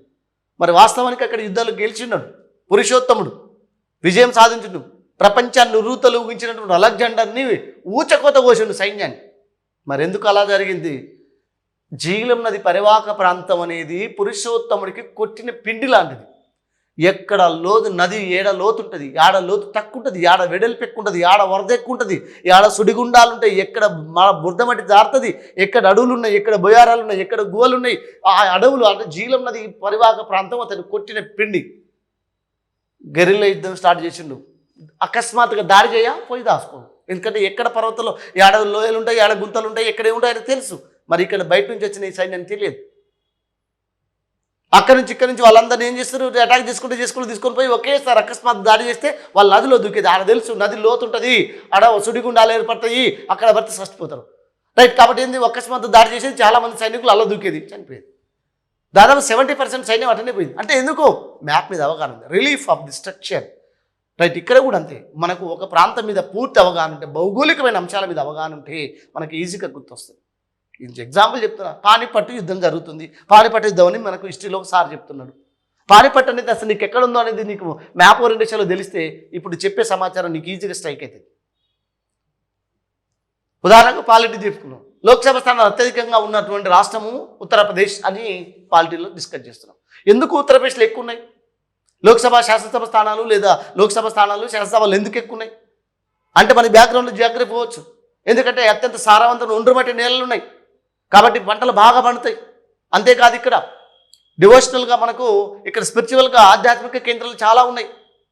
ఎక్కడ ఉన్నటువంటి రుద్రప్రయాగ కన్యమాలు పెడితే రుద్రప్రయాగ, దేవప్రయాగ, కనోజు, హరిద్వారు, త్రివేణి సంగమం, రైట్. ఇలా చెప్పుకుంటూ పోయినట్టుకుంటూ కనోజు, ఇలా చెప్పుకుంటూ పోయిన సరయు నది, అయోధ్య, వారణాసి, ఇలా చెప్పుకుంటూ పోయినట్టుకుంటే మనకు అనేకమైనటువంటివి పిలిగ్రిమ్ స్పాట్స్ ఉన్నాయి, డివోషనల్ ఏరియాస్ ఉన్నాయి. మరి ఇవన్నీ ఏంది, అత్యంత పవిత్రమైన స్థలాలు. అంతేకాదు మలివేద కాలం వెలిసిన ప్రాంతం, మానవుని యొక్క అంటే మానవుడు భారతదేశంలో మొదటగా స్టార్ట్ అయిందంతా కూడా సింధు గంగా ప్రాంతమే. కాబట్టి అంటే బేసిక్ నుంచి కూడా ఇక్కడ. మరి ఇప్పుడు ఇంత బ్యాక్గ్రౌండ్ మనకు తెలుస్తుంది కాబట్టి ఆటోమేటిక్గా ఏమైతే బిట్టుని ఈజీగా స్ట్రైక్ చేస్తాం. బిట్టుని ఎలా చేయగలుగుతాం? ఒక్కటే లెక్క, నీకు ఎప్పుడైతే విషయ పరిజ్ఞానం ఎక్కువ ఉంటుందో అప్పుడు మాత్రమే బిట్టు ఎలా ఇచ్చినని మనం చేయగలుగుతాం. కాబట్టి ఫస్ట్ ఆఫ్ ఆల్ మనం విషయ పరిజ్ఞానాన్ని, విషయం ఎక్కువ నేర్చుకోవాలి. రైట్. ఇక్కడ విషయాన్ని గమనిద్దాం ఈ రకంగా. మరి ఇప్పుడు ఏంది, ఇక్కడ పటాల అధ్యయనం అన్నాడు, వాడి తయారు చేసినాడు. ఇక్కడికి వచ్చేసరికి వివిధ రకాల పటాలను అర్థం చేసుకోవడం అన్నాడు. ఇక 8th క్లాస్కి పోయినాక ఏం చేసిండు, విశ్లేషించిండు. ఇక్కడ తయారు చేస్తుందంటే ఫస్ట్ జ్ఞానం, అవగాహన, వినియోగము, విశ్లేషణ. అక్కడికి వెళ్ళాను. ఫైనల్గా సంశ్లేషణ చేస్తాడు. ఎక్కడో ఉన్న దాన్ని తీసుకొచ్చి ఇంకో కళ్ళు ఇంకు పెడతాడు. అంటే ఇక్కడ విషయం ఏంది, ఎగ్జామినర్ అంటే మనకి ఇప్పుడు మూడింటి చేస్తుంది మనకు ఉన్నాయి కదా భావావేశ రంగం మానసిక చలనాత్మకం అంటే జ్ఞానాత్మక రంగం భావావేశ రంగం మానసిక చలనాత్మక రంగం అంటే ఇక్కడ ఈ రంగాలు భావావేశ రంగం దాకా వెళ్తున్నారు చూడండి. అంటే అవగాహన ఇన్ని ఆ సామర్థ్యాలు మీకు అర్థమవుతుంది అనుకుంటుంది. సైకలాజికల్ అంటే సైకాలజీ చెప్తున్న మెథడ్ చెప్తున్నాను కాదు ఇక్కడ. రైట్, నేను చెప్పే విషయం ఏంటంటే చదివేటప్పుడు ఇవన్నీ వాడు ఉత్తరం చెప్తాడు. ఈ కింది వాళ్ళలో విద్యార్థిని ప్రపంచ పటాన్ని ముందల పెట్టి గ్లోబుని లేదా ప్రపంచ పటాన్ని ముందల పెట్టి ఈ పటానికి ఆ పక్కనే ఒక చిత్రాన్ని ముందల పెట్టి ఈ చిత్రానికి పటానికి ఏ రకమైన వ్యత్యాసాలు ఉన్నాయో గుర్తించండి, గుర్తించి రాయమని చెప్పండి. మరి ఏం గుర్తించాలో ఫస్ట్ మనకు తెలిస్తేనే వానికి చెప్తాం, సినాప్సిస్ ఇస్తాం. లేదా విద్యార్థిని తీసుకుపోయి ఎర్రనేలలో తీసుకుని అంటే ఎర్రనేలలోకి విద్యార్థిని తీసుకొని వెళ్ళి ఎర్రనేలని అతని చేత పరిశీలింప చేయండి. ఎర్రనేలలు ఏముంటాయి మనకు తెలవాలి ఫస్ట్. సిలికా ఉంటుందా, మెగ్నీషియం ఉంటుందా, అల్యూమినియం ఉంటుందా, సున్నప్రాయ, పొటాష, భాస్వరమా, ఏముంటుంది అసలు? ఎర్రనేలలు ఎందుకు ఎర్రగా ఉంటాయి? ఎర్రనేలలు ఎక్కువ ఎక్కడున్నాయి? ఎర్రనేలలు ఎక్కువ తక్కువ ఉన్నాయి? ఎర్రనేలలు ఏర్పడడానికి కారణం ఏంది? తేలికపాటి నేలలు అంటే ఎందు చూర్ణోజమ్స్ అది ఎందుకు తేలికగా ఉంటుంది? ఓకే, నీటిని ఎందుకు తక్కువ పీల్చుకుంటుంది? అసలు ఎర్రనేలలు ఏం పంటలు పడతాయి అంటే నీకు ఫస్ట్ జ్ఞానం. ఉపాధ్యాయుడికి మనకి ఇది ఉంటే పిల్లగానికి మనం ఏని చెప్తాం, వాడిని ఎలాగ తీసుకుపోయి చూపిస్తాం. అరే ఎర్రనేల ఇది ఎర్రగా ఎందుకు ఉంది అంటే ఇందులో ఇది లోపించున్నది, కాల్షియం కార్బోనేట్ లోపించింది, లేదనుకుంటే ఐరన్ ఆక్సైడ్ అనేది ఎక్కువ ఉంది, ఐరన్ ఆక్సైడ్ అనేది ఎక్కువ ఉంది కాబట్టి ఇగో ఇది ఎర్రగా ఉంది. ఈ ఎర్రగా ఉన్నటువంటి నది ఏంది, ఎర్రగా రెడ్ రివర్ అని దేని అంటాము, ఎర్రగా ఉన్న గ్రామం ఏంది, ఇట్లా లింకు తీసుకుని వెళ్ళిపోతాం. అప్పుడు అర్థమైంది విద్యార్థికి మనకు ప్రాజెక్ట్ లేదు. అందుకని సిసి మెథడ్ వచ్చింది. ఇప్పుడు సిసి మెథడ్ దగ్గర చదవాలి, విద్యార్థి నిరంతరం నేర్చుకోవాలి. జ్ఞానాత్మక రంగం ఒకటే సరిపోదు, జ్ఞానాత్మక రంగాన్ని మనం ఫీల్డ్ మీద తీసుకుపోవాలి. విద్యార్థి బయట నేర్చుకోవాలి వాడు. రైట్, ఇవన్నిటి మీద అవగాహన. రైట్, అలాగే తీసుకుంటే భూమి గ్లోబు భూమికి నమూనా. గ్లోబు భూమికి నమూనా. గ్లోబు భూమికి నమూనా ఏంటిది? భూమి అసలు గ్లోబ్ అంటే ఏంది, అసలు గోళాకారం అంటే ఏంది, వృత్తాకారం అంటే ఏంది, బల్లపరపు అంటే ఏంది, అసలు మరి జియాయిడ్ ఆకారం అంటే అసలు భూమి గోళాకారంగా ఉందా గుండ్రంగా ఉందా? భూమి గోళాకారంగా ఉంది మొట్టమొదటి ఎవరన్నారు? అసలు గుండ్రంగా ఉందని ఎవరన్నారు? ఎన్నో శతాబ్ద కాలం వరకు భూమి గుండ్రంగా ఉందనుకున్నారు. గోళాకారంగా ఉంది ఎప్పుడు నిరూపించారు? అసలు గోళాకారం నిరూపించిన వ్యక్తి ఎవరు? అసలు భూమి నిజంగా గోళాకారంగా ఉందా? లేదు. మరి భూమి ఏ రకంగా ఉంది? జియాయిడ్ ఆకారం. మరి జియాయిడ్ ఆకారం అంటే ఏంది? జియాయిడ్ ఆకారం ఉందని చెప్పింది ఎవరు? అసలు భూమి యొక్క నమూనా ఏంది? భూమికి నమూనా ప్రపంచపటమా గ్లోబా? ప్రపంచపటమా గ్లోబా? ప్రపంచపటానికి గ్లోబుకు తేడా ఏంది? భూమికి నమూనా గ్లోబు, మరి గ్లోబుకు ప్రపంచపటాన్ని. భూమి యొక్క ఆకారాన్ని గ్లోబు చూపిస్తుంది కానీ పటం చూపిస్తుందా? చూపించదు. ప్రపంచ పటంలో మనం అవసరం ఉన్నదే తీసుకుంటాం. మరి గ్లోబ్ మీద ఖండాల ఆకారం, వాటి యొక్క దశలు, వాటి దిశలు అవన్నీ చూపిస్తున్నాం. రైట్, అంటే ఇది భూమికి నమూనా ఏంటిది? గ్లోబు. మరి ఈ గ్లోబు ఎందుకు వంపులు తిరిగి ఉంది, ఉపెత్తుగా ఉంది, ఎక్కడ ఎలా ఉంది, ఉత్తర దక్షిణ ఎలా నొక్కబడి ఉన్నాయి, ఇలా ఎలా తయారు చేశారు అంటే విషయం ఏంది? ఒక భూమి గ్లోబు నమూనా అంటే గ్లోబు భూమికి నమూనా అనే ఒక అంశాన్ని తీసుకొని దాని బ్యాక్గ్రౌండ్ మొత్తం డిస్కస్ చేయడం. ఆకాశంలో నుండి చూసినట్లయితే భూమి ఏ రంగులో కనిపిస్తుంది? చంద్రునిపై నుంచి చూసినట్లయితే భూమి ఏ రంగులో కనిపిస్తుంది? భూమి నీలి రంగులో కనిపించడానికి కారణం ఏంటి? నీలి రంగులో కనిపించడానికి 3 వంతుల నీరు లేదా భూమి మీద ఎక్కువ నీరు ఉండడం అనుకుంటాం. మరి నీరు ఎక్కువగా ఉండడం వల్ల ఎందుకు కనిపిస్తుంది? దానికి కారణం ఏంది? స్వచ్ఛమైన కాంతి కిరణం వచ్చి వాతావరణం నుంచి చొచ్చుకొని వచ్చి నీటిపైన పడి తిరిగి పరావర్తనం చెందినప్పుడు ఆ వాతావరణంలో చొచ్చుకొని వచ్చేటప్పుడు కాంతి కిరణము 7 రంగులుగా విడిపోతుంది విబ్జిఆర్గా. అందులో వాయిలెట్, బ్లూ, ఇండిగో ఏవైతే ఉన్నాయో ఇవన్నీ కూడా మధ్యలోనే ఏమవుతుంది? ఫస్ట్ వాయిలెట్ ఏదైతుందో అది మధ్యలోనే వాతావరణంలోనే అది స్ప్లిట్ అయిపోతుంది, అంటే విడిపోతుంది. ఇక ఇండిగో, బ్లూ ఏవైతే ఉన్నాయో అది కొద్దిగా సముద్రం మీద పడి కొద్ది లోతు వరకు చొచ్చుకొని పోయి విచ్ఛిన్నం అయిపోతుంది. అందువల్ల మనకు సముద్రాలు బ్లూలో కనపడతాయి. తద్వారా రిఫ్లెక్షన్ అయినప్పుడు ఆకాశం కూడా మనకు నీలి రంగులో కనపడుతుంది. ఆకాశం నీలి రంగులో ఎందుకు కనపడుతుంది అంటే ఎక్కువగా నైట్రోజన్ ఏదైతుందో వాయువు ఎక్కువ మొత్తంలో 78% నైట్రోజనే ఉంటుంది. మరి ఎక్కువగా బ్లూని ఎక్కువగా శోషించుకునేటువంటి వాయువు నైట్రోజన్. కాబట్టి ఆకాశం నీలి రంగులో కనపడుతుంది. అట్ ద సేమ్ టైం నీరు కూడా నీలి రంగులో కనపడుతుంది. అంటే ఇదంతా బ్యాక్గ్రౌండ్ ఇట్లా ప్రతి అంశాన్ని కూడా మనం వెళ్ళాలి. మరి భూమి గోళాకారంగా ఉంది, ఎటువైపుకి వాలింది? తూర్పు వైపుకి వాలిందా, పశ్చిమ వైపుకి వాలిందా? వాలింటే ఎన్ని డిగ్రీలు వాలింది? 20 డిగ్రీలు ఎందుకు వాలింది? వాళ్ళ కారణం ఏంది? భూమి 23.5 డిగ్రీలు తూర్పు వైపుకి వాలి ఉన్నప్పుడు ఈ అక్షము కక్షాతలానికి ఎంత కోణం చేస్తుంది అంటారు. మరి అక్షం అంటే ఏంది? కక్ష అంటే ఏంది? కక్షాతలం అంటే ఏంది? కక్షా మార్గం అంటే ఏంది? కక్ష మార్గం పొడవెంత, ఎంత వంగింది? ఇలాంటి అంశాలన్నీ కూడా మనం ఇక్కడ పూర్తిగా చూసుకోవచ్చు భూమి గ్లోబు నమూనా అనేటువంటి వాటిలో. రైట్. ఇదే సమయంలో మనకి కర్కటరేఖ అంటేంది, మకర రేఖ అంటేంది. కర్కటరేఖ మకర రేఖ మధ్యలో ఉంది. అందులో ఉన్నటువంటి అంటే ట్రోపికల్ జోన్ ఏంది, టెంపరేటివ్ జోన్ ఏంది, పోలార్ జోన్ ఏంది, అందులో ఏ ప్రాంతంలో ఏ రకమైన పరిస్థితి ఉంటుంది అంటే ఇలా మనము ఇలాంటి అంశాలన్నీ కూడా డిస్కస్ చేస్తాం. ఇదే టాపిక్ని తీసుకొని మళ్ళీ మనం 9th క్లాస్లో కూడా డిస్కస్ చేస్తాం. 9th క్లాస్లో భూమి మనం అనే టాపిక్ ఉంటుంది. భూమి మనం అనే టాపిక్ ఉంటుంది. రైట్. అందులో మనకు అక్షాంశాలు రేఖాంశాలు కనపడతాయి మళ్ళీ. రైట్. అక్కడ కూడా అంటే ఈ టాపిక్ని అక్కడ లింక్ చేసుకుని చదువుతాం. రైట్. ఈ విషయాన్ని చూద్దాం. భూస్వరూపాలు, land forms. Part A land forms. Telangana వాళ్ళకైతే తెలంగాణ అని ఉంటుంది, ఆంధ్రప్రదేశ్ వాళ్ళకైతే ఆంధ్రప్రదేశ్ ఉంటుంది.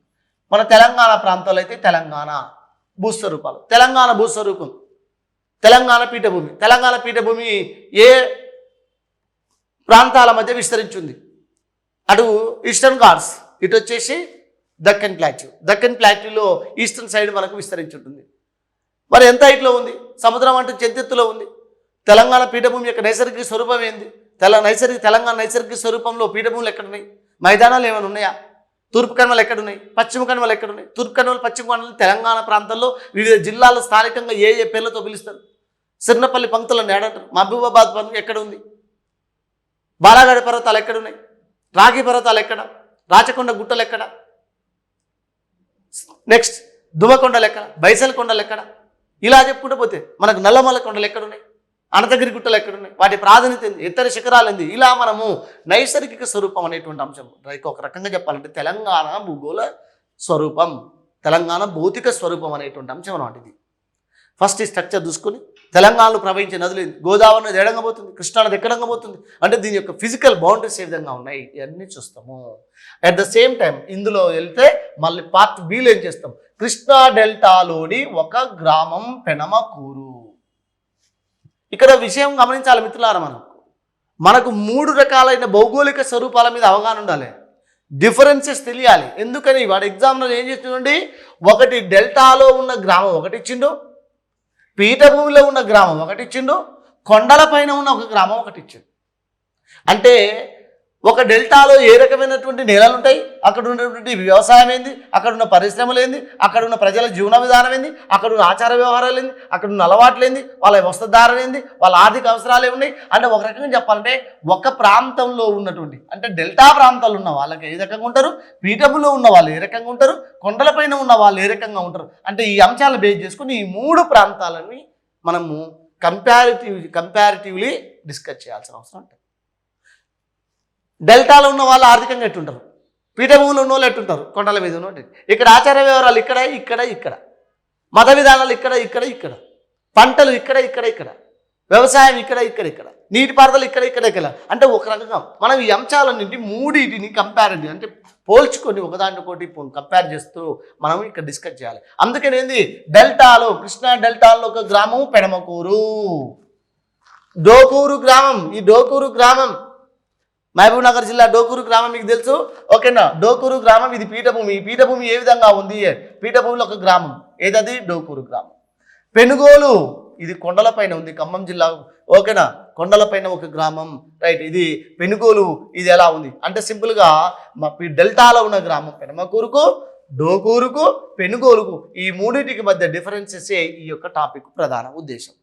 అంటే మనకి ఎగ్జామినర్ ఈ 3 అంటే 3 different types of nature, relief of the nature ఉన్నటువంటి విలేజెస్ ఇచ్చి వీటిని మనము చదువుకోవాలి. వాటి మధ్య మనకి ఏం తెలుసుకోవాలనుకుంటూ నీకు ఈ 3 ప్రాంతాల మధ్య ఏ రకమైనటువంటి వ్యత్యాసాలు ఉన్నాయో మనం అవగాహన చేసుకోవాలి.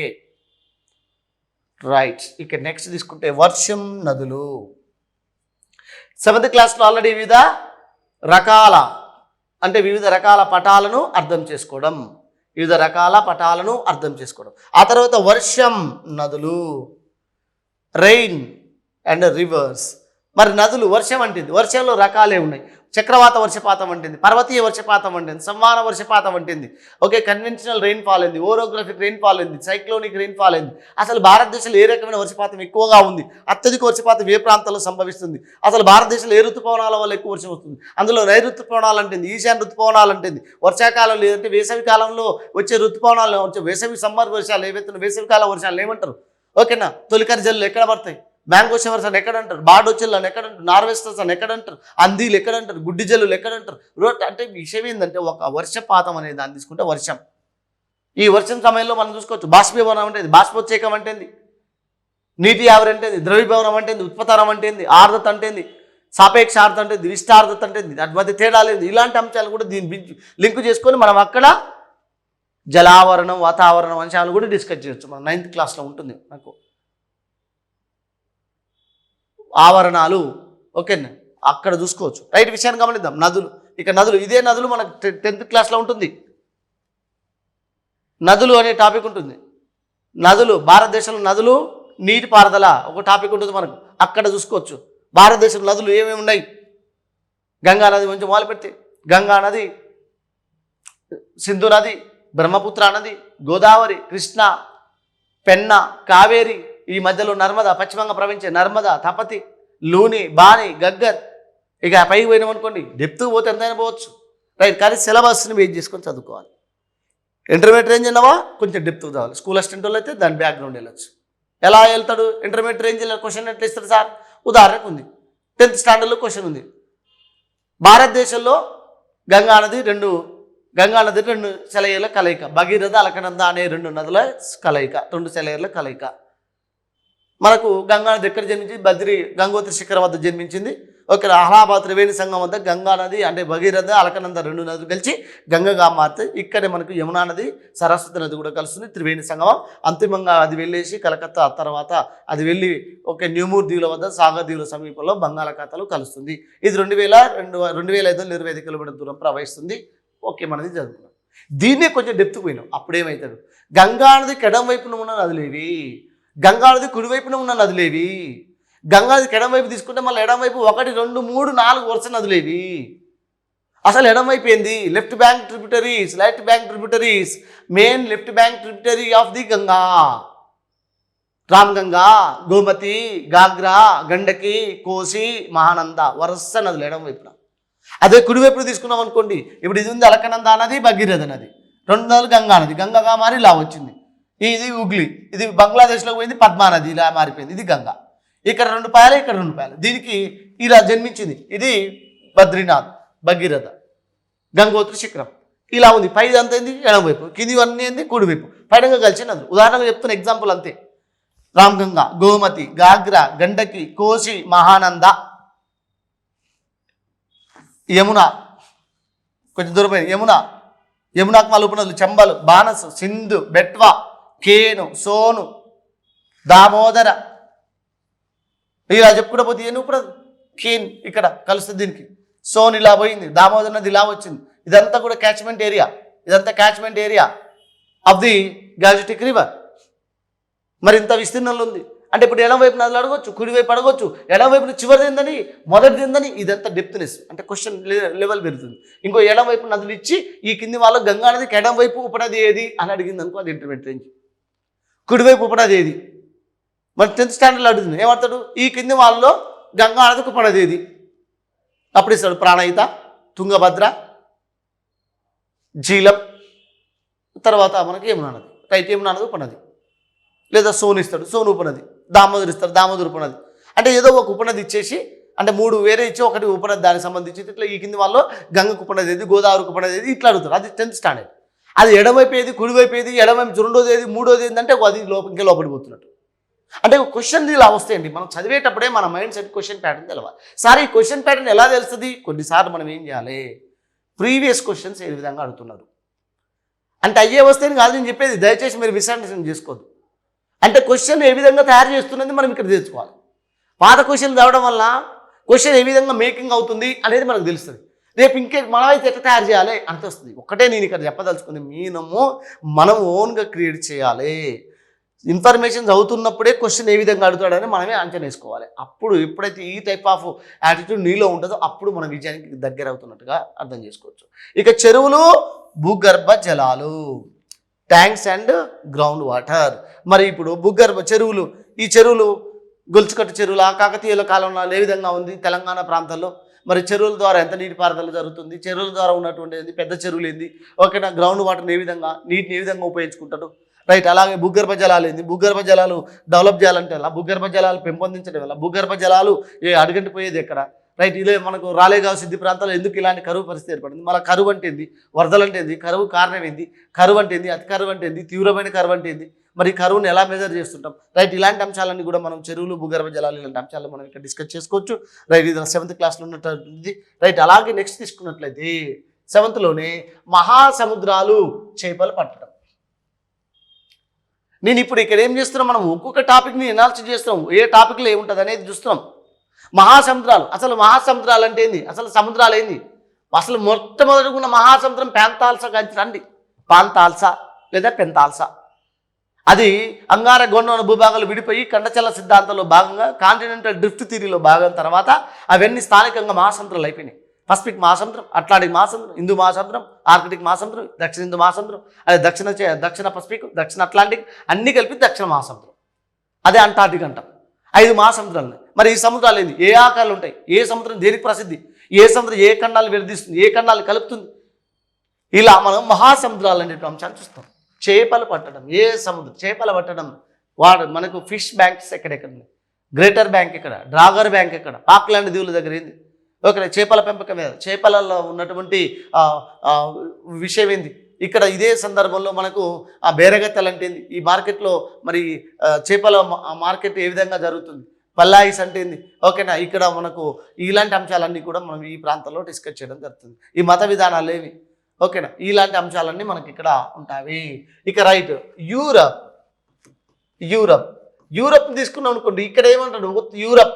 అంతకుముందు ఇంతకుముందు 16 ఆ టైంలో ప్రింట్ అయిన బుక్స్లలో ఏముంది, ఇక్కడ మనకు యూరప్ అని ఇచ్చి ఇంకేమంటాడు, ఐరోపా ఖండంలో లేదా యూరప్లో ఒక దేశం ఫ్రాన్స్, అంటే ఐరోపా ఖండాన్ని డిస్కస్ చేస్తూ reference special focus on France దేశం, అంటే ఫ్రాన్స్ దేశం అంటాడు. అంటే ఫ్రాన్స్, యూరప్లో ఒక దేశం ఫ్రాన్స్ అంటే మనం ఇండైరెక్ట్గా ఫ్రాన్స్ గురించి కొద్దిగా డీటెయిల్గా డిస్కస్ చేయాలి.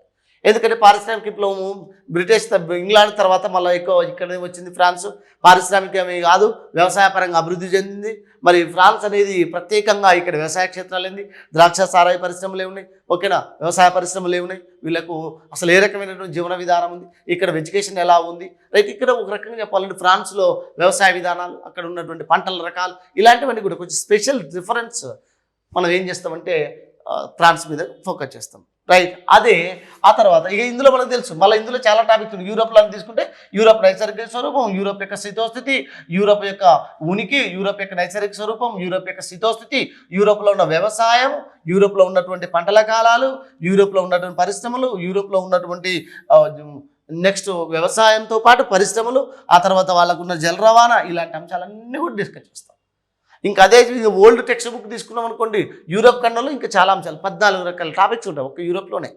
కానీ మనకు న్యూ టెక్స్ట్ బుక్లో ఇంత ఇన్ఫర్మేషన్ ఏం లేదు, రైట్. మనం అవి చూడొచ్చు, నదులు, పీఠభూములు, పర్వతాలు, ఓకే, ఆల్స్ పర్వతాలు మొదలు పెడితే స్కాండినేవియా పర్వతాలు, ఆల్స్ పర్వతాలు, జస్కర్ ఆల్స్ పర్వతాలు, జూరా పర్వతాలు, మాసిఫ్ పర్వతాలు, వాజస్ పర్వతాలు, పెరడీస్ పర్వతాలు, యూరాల్ పర్వతాలు ఎక్కడున్నాయి, మనకి వెస్టర్న్ ఏమున్నాయి, డినారిక్ ఆల్స్ పర్వతాలు ఎక్కడున్నాయి, కార్పెంతియా పర్వతాలు ఎక్కడున్నాయి, స్కాండినేవియా పర్వతాలు ఎక్కడున్నాయి, స్కాండినేవియా పీఠభూమి ఎక్కడుంది, తూర్పు పీఠభూమి ఉంది, రష్యా ప్లాట్ఫామ్ ఎక్కడ, తూర్పు మైదానం ఎక్కడ, ఓకేనా, ఆల్స్ పర్వతం, ఓకేనా, ఇక్కడ వెస్వియస్ పర్వతాలు ఎక్కడున్నాయి, ఇలా చెప్పుకునేది టోటల్గా మనం ఒక్కొక్క దాని డీటెయిల్కి వెళ్ళొచ్చు. నదులు తీసుకుంటే అనేక నదులు, ఓకే, డాన్యూబ్ నది కాంచి మొదలు పెడితే డాన్యూబ్ నది కావచ్చు, ఓల్గా నది కావచ్చు, యూరాల్ నది కావచ్చు, ఓకేనా, ఓడర్ నది కావచ్చు, ఎల్బ్ నది కావచ్చు, పూ నది కావచ్చు, ఓకేనా. ఇలా మనం అనేక నదులు మొత్తం కూడా మనం డిస్కస్ చేయొచ్చు ఒక్కొక్క దాని గురించి.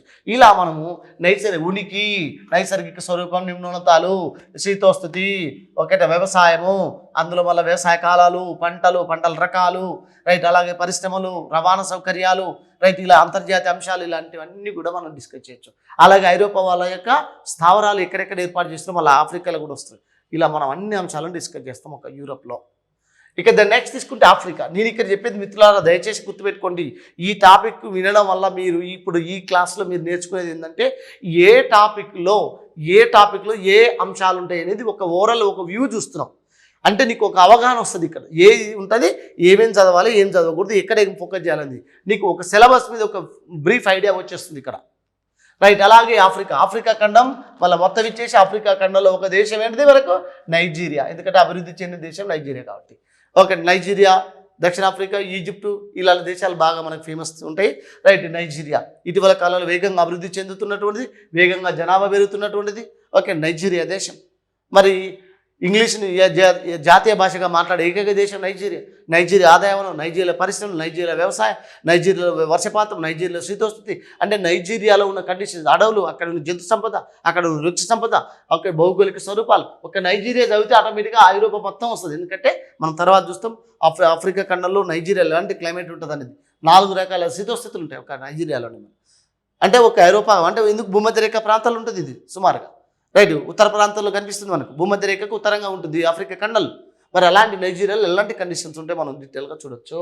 రైట్. ఇది మనకు 7th క్లాస్లో ఉన్నటువంటి సిలబస్.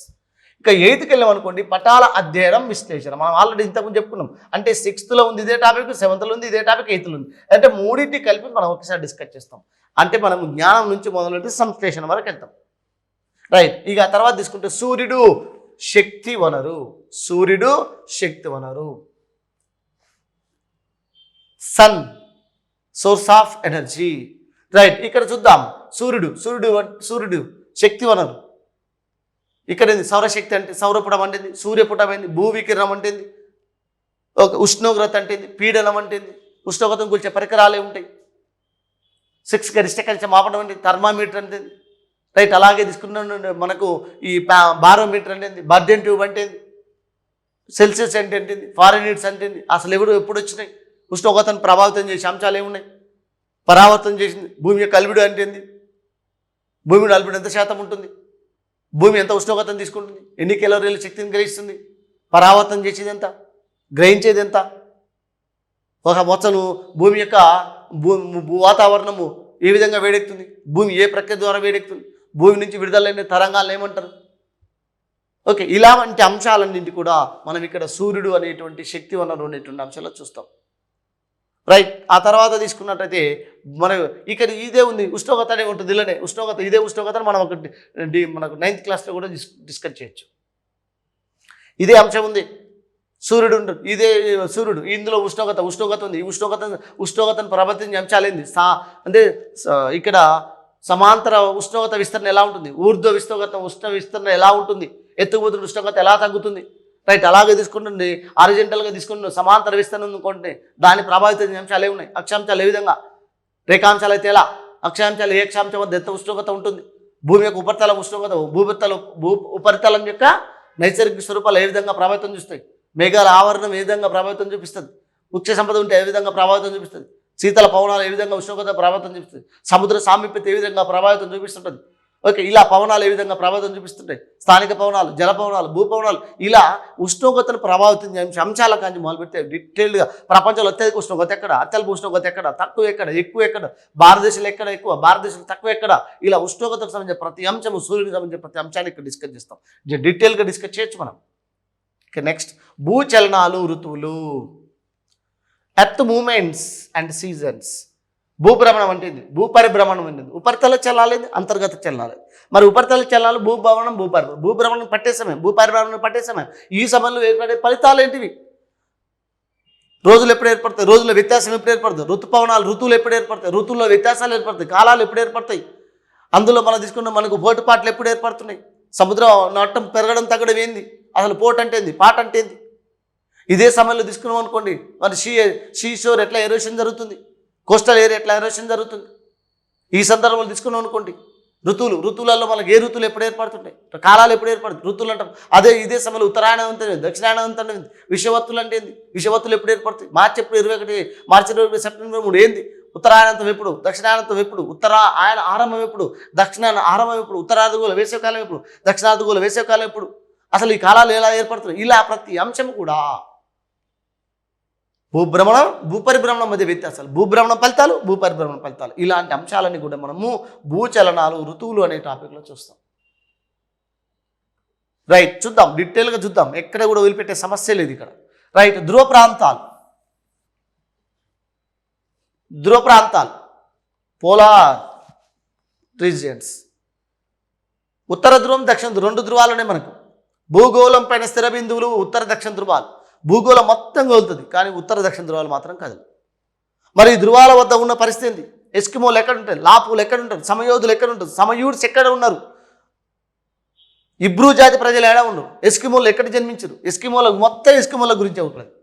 సైబీరియా నుంచి మొదలు పెడితే, సైబీరియా నుంచి అలాస్కా నుంచి కేరళ, ఉత్తర ప్రాంతం కేరళ నుంచి గ్రీన్లాండ్, ఈ విధంగా మైగ్రేట్ అయ్యారు. ఏ ప్రాంతాలు ఎంతమంది, అత్యధిక జనాభా ఎక్కడ, అత్యల్ప జనాభా ఎక్కడ, ఎస్కిమోలు ఏ భాష మాట్లాడతారు, ఎస్కిమోల లిపి ఏమైనా ఉందా, ఎస్కిమోల తెగలెన్ని ఉన్నాయి, ఎస్కిమోల బృందాలు ఏంది, వాళ్ళ వేట ఏ విధంగా, వాళ్ళ జీవన విధానం ఏ విధంగా ఉంది, వాళ్ళ ఏ వృత్తులు, వాళ్ళ ఆచార వ్యవహారాలు ఏంది, వాళ్ళ బట్టలు ఏ విధంగా ధరిస్తారు, వాళ్ళ కళలు ఏ విధంగా ఉన్నాయి, వాళ్ళ వృద్ధి పతనం ఏ విధంగా జరిగింది, అసలు ఎస్కిమోలకు సంబంధించిన మత విధానాలు ఏమున్నాయి, ఆహార అలవాట్లు ఏమున్నాయి, వాళ్ళు పచ్చి మాంసం తింటారా, ఉడకబెట్టుకొని తింటారా, ఎందుకు ఉడకబెట్టుకోరు, ఎందుకు పచ్చిదే తింటారు, ఉడకబెట్టుకోవడానికి కారణం ఏంది, వాళ్ళకి ఎందుకు వ్యాధులు సంభవించిన ఇటీవల కాలం, ఎందుకు వాళ్ళు పతనం కావడం జరుగుతుంది, ఇటీవల కాలం ఆధునిక జీవనం ఎందుకు అలవాటు పడడం వల్ల వాళ్ళ జీవితంలో వచ్చిన మార్పులు ఏమున్నాయి, ఎస్కిమోలలో ఉన్నటువంటి మత విధానాలు ఎందుకు, మరి పునర్జన్మ మీద నమ్మకం ఉంది, పునర్జన్మ మీద నమ్మకం ఉన్నటువంటి సందర్భంలో వీళ్ళు మత వ్యవహారాలు ఎవరు నిర్వహిస్తారు,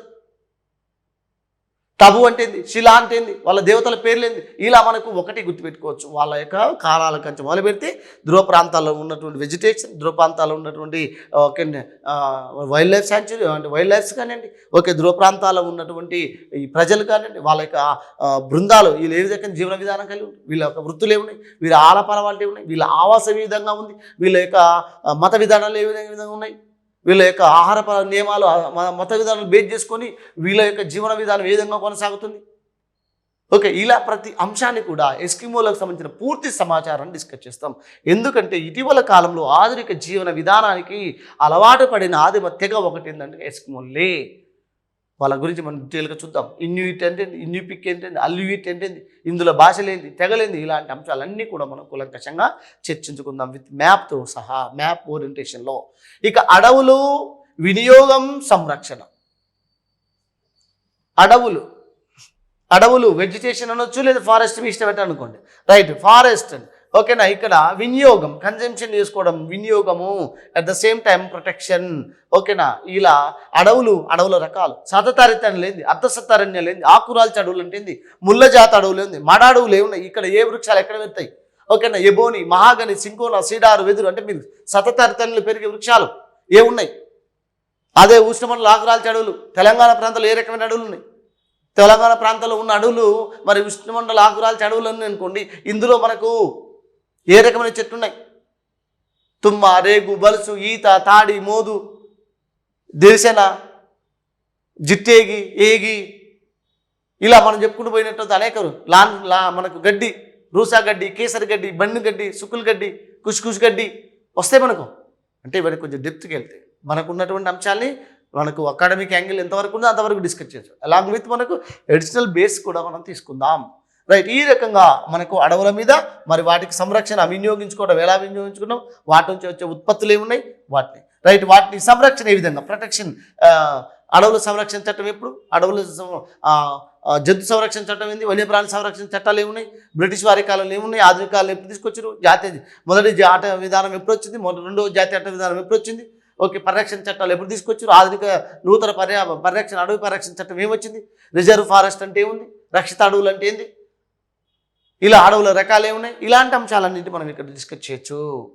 రైట్, ఆ తర్వాత తీసుకుంటే ఖనిజాలు, మినరల్స్, గనులు, minings, digging of the minings, గనుల త్రవ్వకం. రైట్, ఇలా మనకు ఈ గనుల త్రవ్వకం ఇలాంటి అంశాలు అంటే ఏ గనులు, ఏ ఖనిజాలు ఎక్కడ, భారతదేశంలో ఎలా ఉన్నాయి, తెలంగాణ ప్రాంతాల్లో ఏ ఖనిజాలు లభిస్తున్నాయి, ఎక్కువగా లభించేది ఎక్కడ, ఏ జిల్లాలో ఏ ఖనిజాలు ఉంటాయి, ఆ గనుల త్రవ్వకం ఏ విధంగా, అందులో ఒక ఖనిజం ఎక్కడ లభిస్తుంది, ఆ ఖనిజం యొక్క ఉపయోగాలు ఏంటివి, ఇలాంటి అంశాలన్నీ కూడా మనకు ఇక్కడ గనులు మరియు గనుల త్రవ్వకం పైన, ఖనిజాలు, గనుల త్రవ్వకం. గోదావరి నది ఏరియా ఉంది, ఈ గోదావరి క్యాచ్మెంట్ ఏరియా మొత్తం కూడా మనకు గోండువాన కోల్ బాగా అవుతుంది.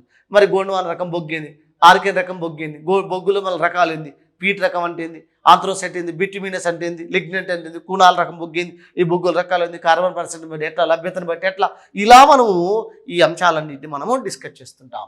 ఇవి మనకు 8th క్లాస్ వరకు ఉన్నటువంటి సిలబస్.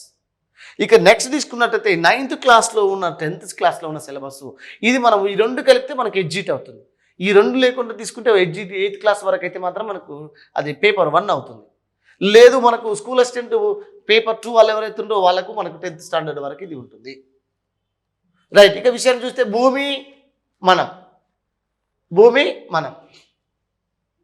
అవర్ ఎర్త్, భూమి నమం. ఈ భూమి మనకు తీసుకుంటే భూమి నమూనా, భూమి భూగోళము, అక్షాంశాలు, రేఖాంశాలు. రైట్. అందులోనే మనకు అగ్నిపర్వతాలు, అందులోనే మనకు భూకంపాలు, అందులోనే మనకు భూమికి సంబంధించిన భూచల సిద్ధాంతాలు ఏమున్నాయి, ఓకేనా. ఓకే, బిగ్ బ్యాంగ్ సిద్ధాంతం ఏంటి, జిగ్సావ్ పజిల్ సిద్ధాంతం ఏమున్నాయి, ఓకేనా. ఆల్ఫ్రెడ్ వెజ్నర్ ఏం చెప్పిండు, ఇలాంటి అంశాలన్నీ కంప్లీట్గా మనకు ఈ యొక్క భూమి మనం అనేటువంటి అంశాల్లో అసలు how to originate of the earth అని మొదలు పెడితే, ఓకేనా, బ్రీఫ్గా ఒక ఫిజియోగ్రఫీ అనేది మొత్తం కూడా మనం ఇక్కడ చూడొచ్చు. ఇక భూమి ఆవరణాలు, relief of the earth, atmosphere, lithosphere, hydrosphere, biosphere, ఇవన్నీ ఉంటాయి మనకు, ఓకేనా. Relief of the earth, realms of the earth, ఆ రిలీమ్స్ ఆవరణాలు. రైట్. అందులో ఏంది, ఇందులో ఫస్ట్ ఒకటి ఉంటుంది, ఏంటది, శిలావరణం. ఓకే, భూమి ఆవరణంలో అందులో ఫస్ట్ ఏంది శిలావరణం, ఇంకోటి ఏంది జలావరణం, ఆ తర్వాత ఏంది వాతావరణం, ఆ తర్వాత ఏముంది జీవావరణం. అంటే ఈ 3 ఆవరణాలు బేస్ చేసుకుని ఉండేది ఏంది జీవావరణం. ఓకేనా. శిలావరణం పైన, జలావరణం పైన, వాతావరణంలో ఉండేటువంటి జీవులు, అవన్నిటి కలిపి చదివితే మనం జీవావరణం. లిథోస్ఫియర్ ఉంది, శిలావరణం. ఈ లిథోస్ఫియర్ ఏదైతుందో ఇందులో భూపరితలం పైన కంటికి కనపడే ప్రతి భూస్వరూపం, ప్రతి స్వరూపం ఏదైతుందో నైసర్గిక స్వరూపం మొత్తం కూడా శిలావరణమే. మైదానాల కంచి మొదలు పెడితే మైదానాలు కానీ, పీఠభూములు కానివ్వండి, గుట్టలు కానివ్వండి, కొండలు కానీ, పర్వతాలు కానివ్వండి, లోయలు కానీ, రిడ్జులు కానీ, గార్జులు కానీ, విధిన్న దరి, అగాధ దరి, అగాధము, సముద్రం, కండతీర పంచు, కండతీర వాలు, అంటే ఒక మళ్ళీ జలపాతం కింద పోద్ది అనుకోండి, అంటే ఉపరితలం మీద సముద్రం కాకుండా తీసుకుంటే. రైట్. ఇవన్నీ కూడా మనకు శిలావరణం పైన. ఇక జలావరణం, సముద్రాలు, ఈ సముద్రాలలో ఉన్న ఉష్ణోగ్రత, సముద్రాలలో ఉన్నటువంటి సాలినిటీ అంటే ఉష్ణోగ్రత, అలాగే అందులో ఉన్న సాలినిటీ అంటే ఏమంటారు మనం, లవణీయత. ఓకేనా. సముద్రాల లవణీయత ఎంత, అసలు ఉష్ణోగ్రతను ప్రభావితం చేసేవి అంటే సముద్రాల ఉష్ణోగ్రతను ప్రభావితం చేసే అంశాలేమి, ఓకే, లవణీయతను ప్రభావితం చేసే అంశాలేంది, కండతీర పంచ అంటే ఏంది, కండతీర వాల్ అంటే ఏంది, కండతీర మైదానం అంటే ఏంది, కండతీర అగాధం అంటే ఏంది, ఓకే, ట్రెంచెస్ ఇక్కడ ఉన్నాయి, ఓకేనా. అసలు సముద్రాలకు సంబంధించిన పూర్తి సమాచారాన్ని ఒక రకంగా ఇది ఓషియంటాలజీ అన్నమాట, ఓషియనోగ్రఫీ అన్నట్టు. కాకపోతే మనం little bit of the information మాత్రం ఇక్కడ డిస్కస్ చేస్తుంటాం. రైట్. ఇక్కడ జలావరణం ఇది అనమాట. రైట్. హైడ్రోస్ఫియర్ అంటాం దాన్ని. ఇక వాతావరణం, అట్మాస్ఫియర్, వాతావరణంలో రకాలు అంటే వాతావరణంలో పొరలు, స్టాటో ఆవరణం, ట్రోపో స్టాటో ఆవరణం, మీసో ఆవరణం, ఐనో ఆవరణం, ఓకే, అదే థర్మో ఆవరణం కానీ, ఎక్సో ఆవరణం. ఈ ఆవరణలో ఎట్లా ఉంటాయి, ఉష్ణోగ్రత ఎట్ట పెరుగుతాయి, ఎట్ట తగ్గుతాయి, ఏ ఆవరణలు ఏ ప్రక్రియలు జరుగుతాయి, ఏ ఆవరణం విరుద్ధావరణం, ఏది సంక్షిప్త ఆవరణం, ఏది బాహ్య ట్రోపు ఆవరణం, ఏది ట్రోపు ఆవరణం, అసలు ఎక్కడ మేఘాలు ఉంటాయి, సిరస్ మేఘాలు ఎక్కడ ఉంటాయి, జెట్స్ విమానాలు ఎక్కడ ప్రయాణిస్తాయి, ఓకేనా, శాటిలైట్స్ ఎక్కడ ఉంటాయి, ఉపగ్రహాలు ఎక్కడ ఉంటాయి, ఓకేనా. అత్యధిక ఉష్ణోగ్రతలు ఒకేసారి పెరిగేది ఎక్కడ, ఉష్ణోగ్రతలు ఎత్తు పెరుగుతుంటే ఉష్ణోగ్రత ఎక్కడ పెరుగుతుంది, ఉష్ణోగ్రత ఎత్తు పెరుగుతుంది, ఉష్ణోగ్రత ఎక్కడ తగ్గుతుంది, ఓకేనా, ఏ పొర ఎంత మందం ఉంటుంది, ఇలాంటి అంశాలు. అసలు అందులో మళ్ళీ మనకి ఇందులోనే మనకు ప్రెషర్ బెల్ట్స్ ఉంటాయి, అంటే పీడన మేకలాలు, అల్పపీడనం ఏంది, అధిక పీడనం ఏంది, భూమధ్య రేఖ అల్పపీడన ప్రాంతం, ఉపాయన రేఖ అధిక పీడన ప్రాంతం, అలాగే ఉపధ్రువ అధిక పీడన ప్రాంతం, అల్పపీడన ప్రాంతం, ధ్రువ అధిక పీడన ప్రాంతం, తూర్పు పవనాలు ఏంది, పశ్చిమ పవనాలు ఏంది, అందులో స్థానిక పవనాలు ఏంది, ప్రపంచ పవనాలు ఏంది, ఓకేనా. ఇలా మనకు వ్యాపార పవనాలు ఏంది, పవనాల మీద కూడా క్వశ్చన్స్ వస్తున్నాయి. ఇవన్నీ కూడా కంప్లీట్గా అట్మాస్ఫియర్, అదే వాతావరణం అనే అంశంలో వస్తుంటుంది. పీడన మేకలాల మొదలు పెడితే, వాతావరణ పొరలు మొదలు పెడితే, ఓకేనా, ఇది అన్ని అంశాలు. ఇందులో స్ట్రీమ్స్ కూడా వస్తుంటాయి. రైట్. ఇందులో మనకు వేడి పవనాలు అంటే ఏంది, శీతల పవనాలు ఏంది, బోరా ఏంది, మిస్టల్ ఏంది, ఓకేనా, సాంటా అన్న ఏంది, ఓకే, లూ పవనాలు ఎక్కడ వీస్తాయి, భారతదేశాలు వీచే వేడి పవనాలు ఏంటి, ఇలాంటి అంశాలన్నీ ఇక్కడ చూస్తాం. అదే సముద్రంలో అక్కడ ఇంకా కొన్ని ఉన్నాయి, ఓకేనా, ఉష్ణ ప్రవాహాలు, శీతల ప్రవాహాలు, ఓకేనా. అందులో స్ట్రీమ్స్ అంటాం, డ్రిఫ్ట్స్ అంటాం. స్ట్రీమ్స్ అంటే ఇవి, డ్రిఫ్ట్ ఏంది, బెంగులా ఏంది, లాబ్రడార్ ఏంది, ఓకేనా. ఇలా మనకు ఇలాంటి అంశాలన్నీ జలావరణం. ఒకటే నీటిపైన మొత్తము సముద్రాల గురించి చూస్తాం, ఇక్కడేమో వాతావరణం గురించి చూస్తాం. So surrounding of the air ఏదైతుందో, ఓకేనా, అది మనం దానికి సంబంధించి చూస్తాం. ఇక నెక్స్ట్ బయోస్ఫియర్. బయోస్పియర్ అంటే జీవులు, మొక్కలు, ఓకేనా, అలాగే జంతువులు, వీటిపైన ఉన్న ప్రాణులు, వీటికి సంబంధించిన కంప్లీట్గా జీవావరణానికి సంబంధించిన డిస్కస్, ఇవన్నీ కూడా రిలీమ్స్ అంటాము. అదే ఎర్త్ ఏదైతే ఉందో రిలీమ్స్ ఆఫ్ ది ఎర్త్ అనే విషయాన్ని మనం ఇక్కడ గమనించుకోవాలి. ఇక ఆ తర్వాత ఇవన్నీ బేస్. ఆ తర్వాత భారతదేశ వ్యవసాయం, ఇండియన్ అగ్రికల్చర్. భారతదేశ వ్యవసాయంలో రకాలు ఏమున్నాయి, రైట్ చూడొచ్చు. పోడు వ్యవసాయం అంటే ఏంది, విస్థాపన వ్యవసాయం ఏంది, విస్తృత వ్యవసాయం అంటే ఏంది, సాంద్ర వ్యవసాయం అంటే ఏంది, భారతదేశంలో ఎన్ని రకాల వ్యవసాయం ఉంది, నరుకు కాల్చే వ్యవసాయం అంటే ఏంది, మార్పిడి వ్యవసాయం అంటే స్థానచలన వ్యవసాయం అంటే షిఫ్టింగ్ కల్టివేషన్ అంటే ఏంది, ఓకేనా. ఇలా మనకు స్థానబద్ధ వ్యవసాయం ఏంది, స్థానచలన వ్యవసాయం ఏంది, ఓకే. పంటల రకాలు ఏంది, పంటల కాలాలు ఏంది, ఏ కాలంలో ఏముంది, అభి అంటే ఏంది, తబి అంటే ఏంది, ఓకేనా. ఏ పంట కాలంలో ఏ పంటలు పంతాయి, ఋతుపవన కాలం ఏ పంట పండుతుంది, భారతదేశంలో ఎక్కువ పంటలేంది, తక్కువ పండే పంటలేంది, ఓకేనా, వాణిజ్య పంటలేంది, ఆహార పంటలేంది, ఇలాంటి అంశాలన్నీ కూడా మనం ఇక్కడ వ్యవసాయం అనేటువంటి టాపిక్లో డిస్కస్ చేస్తాం. రైట్. అలాగే పరిశ్రమలు, ఇండస్ట్రీస్, భారతదేశ పరిశ్రమలు, ఇండస్ట్రీస్. సో ఇది ఇండియన్ జాగ్రఫీ కిందకి వెళ్తాయి. ఈ రెండు అంశాలు ఇండియన్ జాగ్రఫీ కిందకి వెళ్తాయి. ఇదంతా ఓషనోగ్రఫీ, ఓకేనా. ఇదేంది అట్మాస్ఫియర్, రైట్. ఇది వచ్చేసి బయోస్పియర్, రైట్. ఇది వచ్చేసి లిథోస్పియర్, రైట్. అవన్నీ కూడా కంప్లీట్గా ఒక రకం చెప్పాలంటే ఇది క్లైమటాలజీలో మనకు వస్తుందండి, రైట్. అవన్నీ మనం ఇక్కడ చూసుకోవచ్చు. ఆ తర్వాత నెక్స్ట్ భారతదేశ భూస్వరూపాలు. ఇది 10th స్టాండర్డ్లోకి వెళ్ళన్నాను. ఇక 10వ తరగతి భూగోళ శాస్త్రం అన్నమాట. ఇందులో భారతదేశ భూస్వరూపాలు, దీన్ని మరి భారతదేశ భూస్వరూపాలు మనం చూడొచ్చు. హిమాలయాలు ఏంది, గంగా సింధు మైదానం, ద్వీపకల్ప పీఠభూమి, ఎడారులు, ఓకేనా, తీర మైదానాలు, అలాగే దీవులు, ఇలాంటి అంశాలు ఒక దాదాపు 6 భూస్వరూపాల నుండి వారి గురించి డిస్కస్ చేస్తాం. ఇక శీతోష్ణస్థితి, ఇండియన్ క్లైమేట్ సిస్టమ్, ఇలా చెప్పుకుంటూ పోతే నేను చెప్తా డీటెయిల్గా, ఎందుకంటే ఇప్పటికీ చాలా సమయంగా డిస్కస్ చేస్తున్నాం, ఓకేనా. ఈ ప్రతి అంశం కూడా ఒక్కొక్క అంశంలో ఒక్కొక్క టాపిక్లో ఏ అంశాలు ఉంటాయి. ఆ తర్వాత తీసుకున్నట్టయితే పాపులేషన్ కూడా ఉంటుంది. భారతదేశం యొక్క శీతోష్ణ స్థితి, వీటితో పాటు ఎటువంటి ఇక్కడ భారతదేశంలో నదులు, నీటి వనరులు, భారతదేశం యొక్క జనాభా పాపులేషన్, ఇక్కడ నదులు, నీటి వనరులు, ఓకేనా, రిసోర్సెస్, వాటర్ రిసోర్సెస్ ఏవైతున్నాయో ఇవన్నీ కూడా చూస్తుంటాం, రైట్. ఈ రకంగా మనకు ఉన్నటువంటి టోటల్ సిలబస్ ఇది. మనకు ఫస్ట్ ఆఫ్ ఆల్ ఒకటే గుర్తుపెట్టుకోండి మిత్రులారా, మనకు ప్రతి అంశాన్ని కూడా ఈ టాపిక్ ఏవైతున్నాయో మనం చెప్పుకున్న ఈ టాపిక్స్ని, ప్రతి టాపిక్ని మనము HGT పేపర్ 1 అయిన వాళ్ళు ఎవరైతే ఉన్నారో ఈ మిత్రులందరూ కూడా మనము 10th వరకు చదువుకోవాల్సిన అవసరం ఉంటుంది. ఎందుకంటే కంబైన్డ్గా HGTని కూడా దృష్టిలో పెట్టుకోవాలి. ఓన్లీ టెట్ ఒక్కటే కాదు, మనము టెట్ ప్రిపేర్ అవుతూనే సో ఇండైరెక్ట్గా మన మైండ్ కూడా ఎక్కడ ఫోకస్ ఉండాలంటే HGT. ఎందుకంటే మనం అంతిమ లక్ష్యం ఏంటి, HGT. అంటే ఈ రెండింటిని సిలబస్ని HGT అనేది అంటే 9th 10th అనేది కూడా ప్యారలల్గా మనం డిస్కస్ చేయాలి. ఎందుకంటే ఇక్కడ 6thలో 7thలో ఉన్న టాపిక్స్ మనకు 9thలో తగులుతున్నాయి. ఎక్కడో ఉన్న సూర్యుడి శక్తి వనరులు వచ్చేసి అక్కడ మనకు భూగోళ శాస్త్రం మన 9th క్లాస్లో వచ్చేస్తుంది. ఆవరణాల మనకు భూమి మనం అనే టాపిక్లో వచ్చేస్తుంది. ఎక్కడో మనకు 8th క్లాస్లో ఉన్న టాపిక్స్ మనకు 9th క్లాస్లో వచ్చేస్తున్నాయి. అంటే ఇక్కడ ఉన్న అంశాలు అక్కడ లింక్ అవుతున్నాయి. కాబట్టి మరి ఆ అంశాలు కూడా 9thలో 10thలో ఉన్నాయి కూడా మనము డిస్కస్ చేయాల్సిన అవసరం ఉంటుంది. ఇక్కడ ఉన్నది నదులు, వాతావరణము, శీతోస్థితి అని మనం 9thలో చదువుతాం. మళ్ళీ శీతోస్థితి ఎంపడే మనకు భారతదేశ భూగోళ శాస్త్రం, భారతదేశ శీతోస్థితి అనే టాపిక్ ఉంది. భారతదేశ స్థితి అది కూడా మనం లింక్ చేసుకోవాలి. అంటే ఈ అంశాలు ఇలా మనము ఒక టాపిక్ ఏదైతే ఉందో ఆ టాపిక్ని ఎక్కడో ఉన్నటువంటి టాపిక్ని కూడా లింక్ చేయాలి. అంటే చదివేటప్పుడే ఇలా ఇప్పుడు ఉదాహరణకు గ్లోబు భూమి నమూనా ఉంది. ఈ టాపిక్ని చదువుతున్నాం 6th క్లాస్ 2nd టాపిక్. ఇది చదువుతున్నాం అనుకో, మనం ఎక్కడికి పోవాలి, 9th క్లాస్లోకి ఫస్ట్ టాపిక్లోకి వెళ్ళాలి. ఫస్ట్ టాపిక్ భూమి మనం అనే టాపిక్లో లింక్ అయ్యి ఉంటుంది, అక్కడ చదువుకోవచ్చు. భూస్వరూపాలు ఉంది. ఇప్పుడు ఆంధ్రప్రదేశ్ భూస్వరూపం, తెలంగాణ ఏపీ వాళ్ళైతే ఏపీ భూస్వరూపం చదువుతాం. ఇది చదివితే ఎలాంగ్ విత్ దీన్ని ఎక్కడ మళ్ళీ కంపేర్ చేసుకోవాలి, 10th క్లాస్లో భారతదేశ భూస్వరూపం అని చూడు అక్కడ డిస్కస్ చేసుకోవచ్చు. ఎందుకంటే ఇంటర్నల్ పార్ట్ మనం అక్కడ ఉంటాం కాబట్టి, రైట్. అలాగే ఇక ఇదంతా కూడా భౌగోళిక అంశాలు. ఇది డెల్టా ఎట్లా ఉంటుంది, పీఠభూమి ఎట్లా ఉంటుంది, కొండలు ఎట్లా ఉంటాయి. ఇవి డెల్టా, పీఠభూమి, కొండలు. డెల్టా అంటే ఎంత ఎత్తు ఉంటుంది, పీఠభూమి ఎంత ఎత్తు ఉంటుంది, కొండలు ఎంత ఎత్తు ఉంటాయి, పర్వతాలు ఎంత ఎత్తు ఉంటాయి, రైట్. ఇవన్నీ కూడా ఇండైరెక్ట్గా మనకు ఈ ఇండియన్ జాగ్రఫీలో ఫస్ట్ టాపిక్ మైదానం, గంగా సింధు మైదానం, ఓకేనా, ద్వీపకల్ప పీఠభూమి, తీర మైదానాలు, పర్వత ప్రాంతాలు, అది హిమాలయాలు. అంటే ఇక్కడ జస్ట్ బేస్ పడితే అక్కడ డెప్త్కి వెళ్తాం, రైట్. అలాగే తీసుకున్నట్టు పటాలు ఇక్కడ ఉన్నదాన్ని ఇక్కడ డెప్త్కి వెళ్ళాం. ఇంక 8th క్లాస్లో ఇంకా డెప్త్కి వెళ్ళాం. వర్షం, నదులు. ఈ వర్షం, నదులు అనే టాపిక్ ఎక్కడ లింక్ అవుతుంది, మనకు 9th క్లాస్లో ఆవరణాలు అనే టాపిక్ ఉంది కదండి. ఆవరణాల్లో జలావరణం అనేటువంటి టాపిక్ లింక్ అవుతుంది.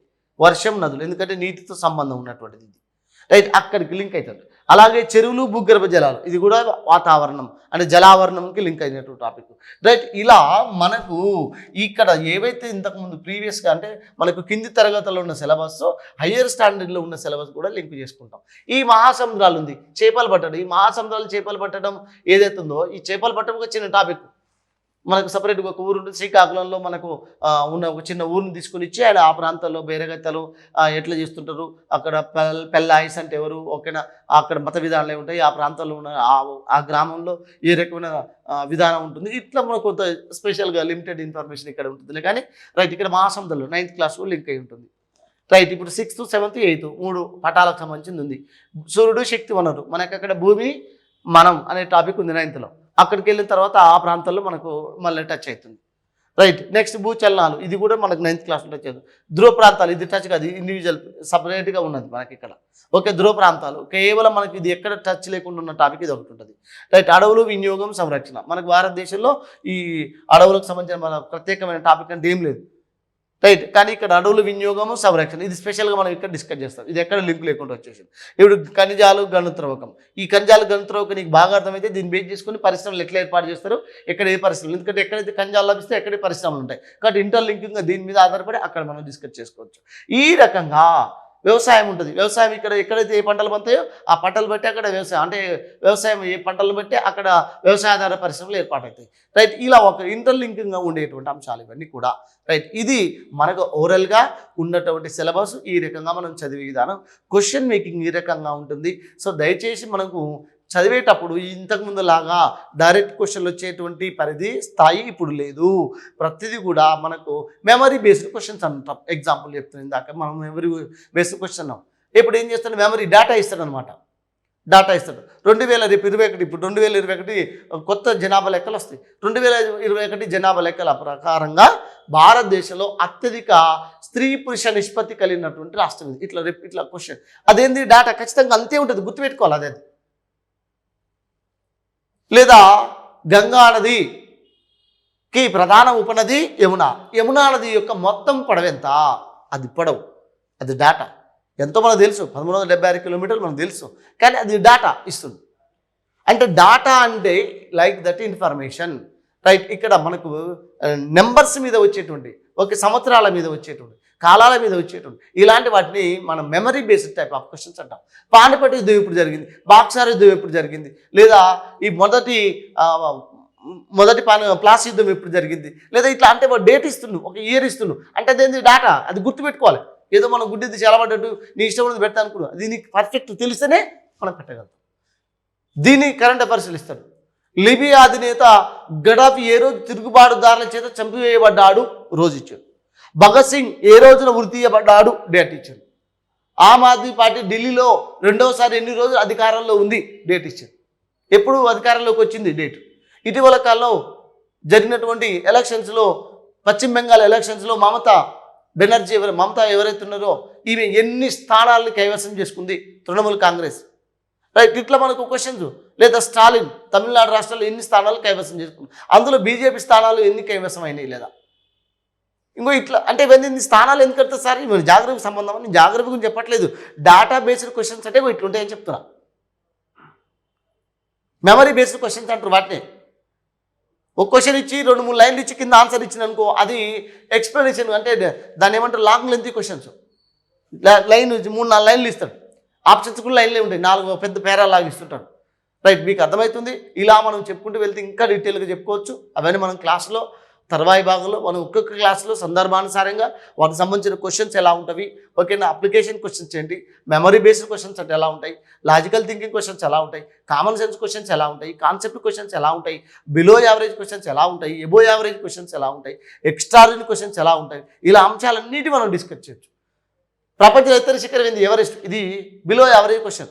ఏ దేశాలు ఉంది, నేపాల్, యావరేజ్ క్వశ్చన్స్.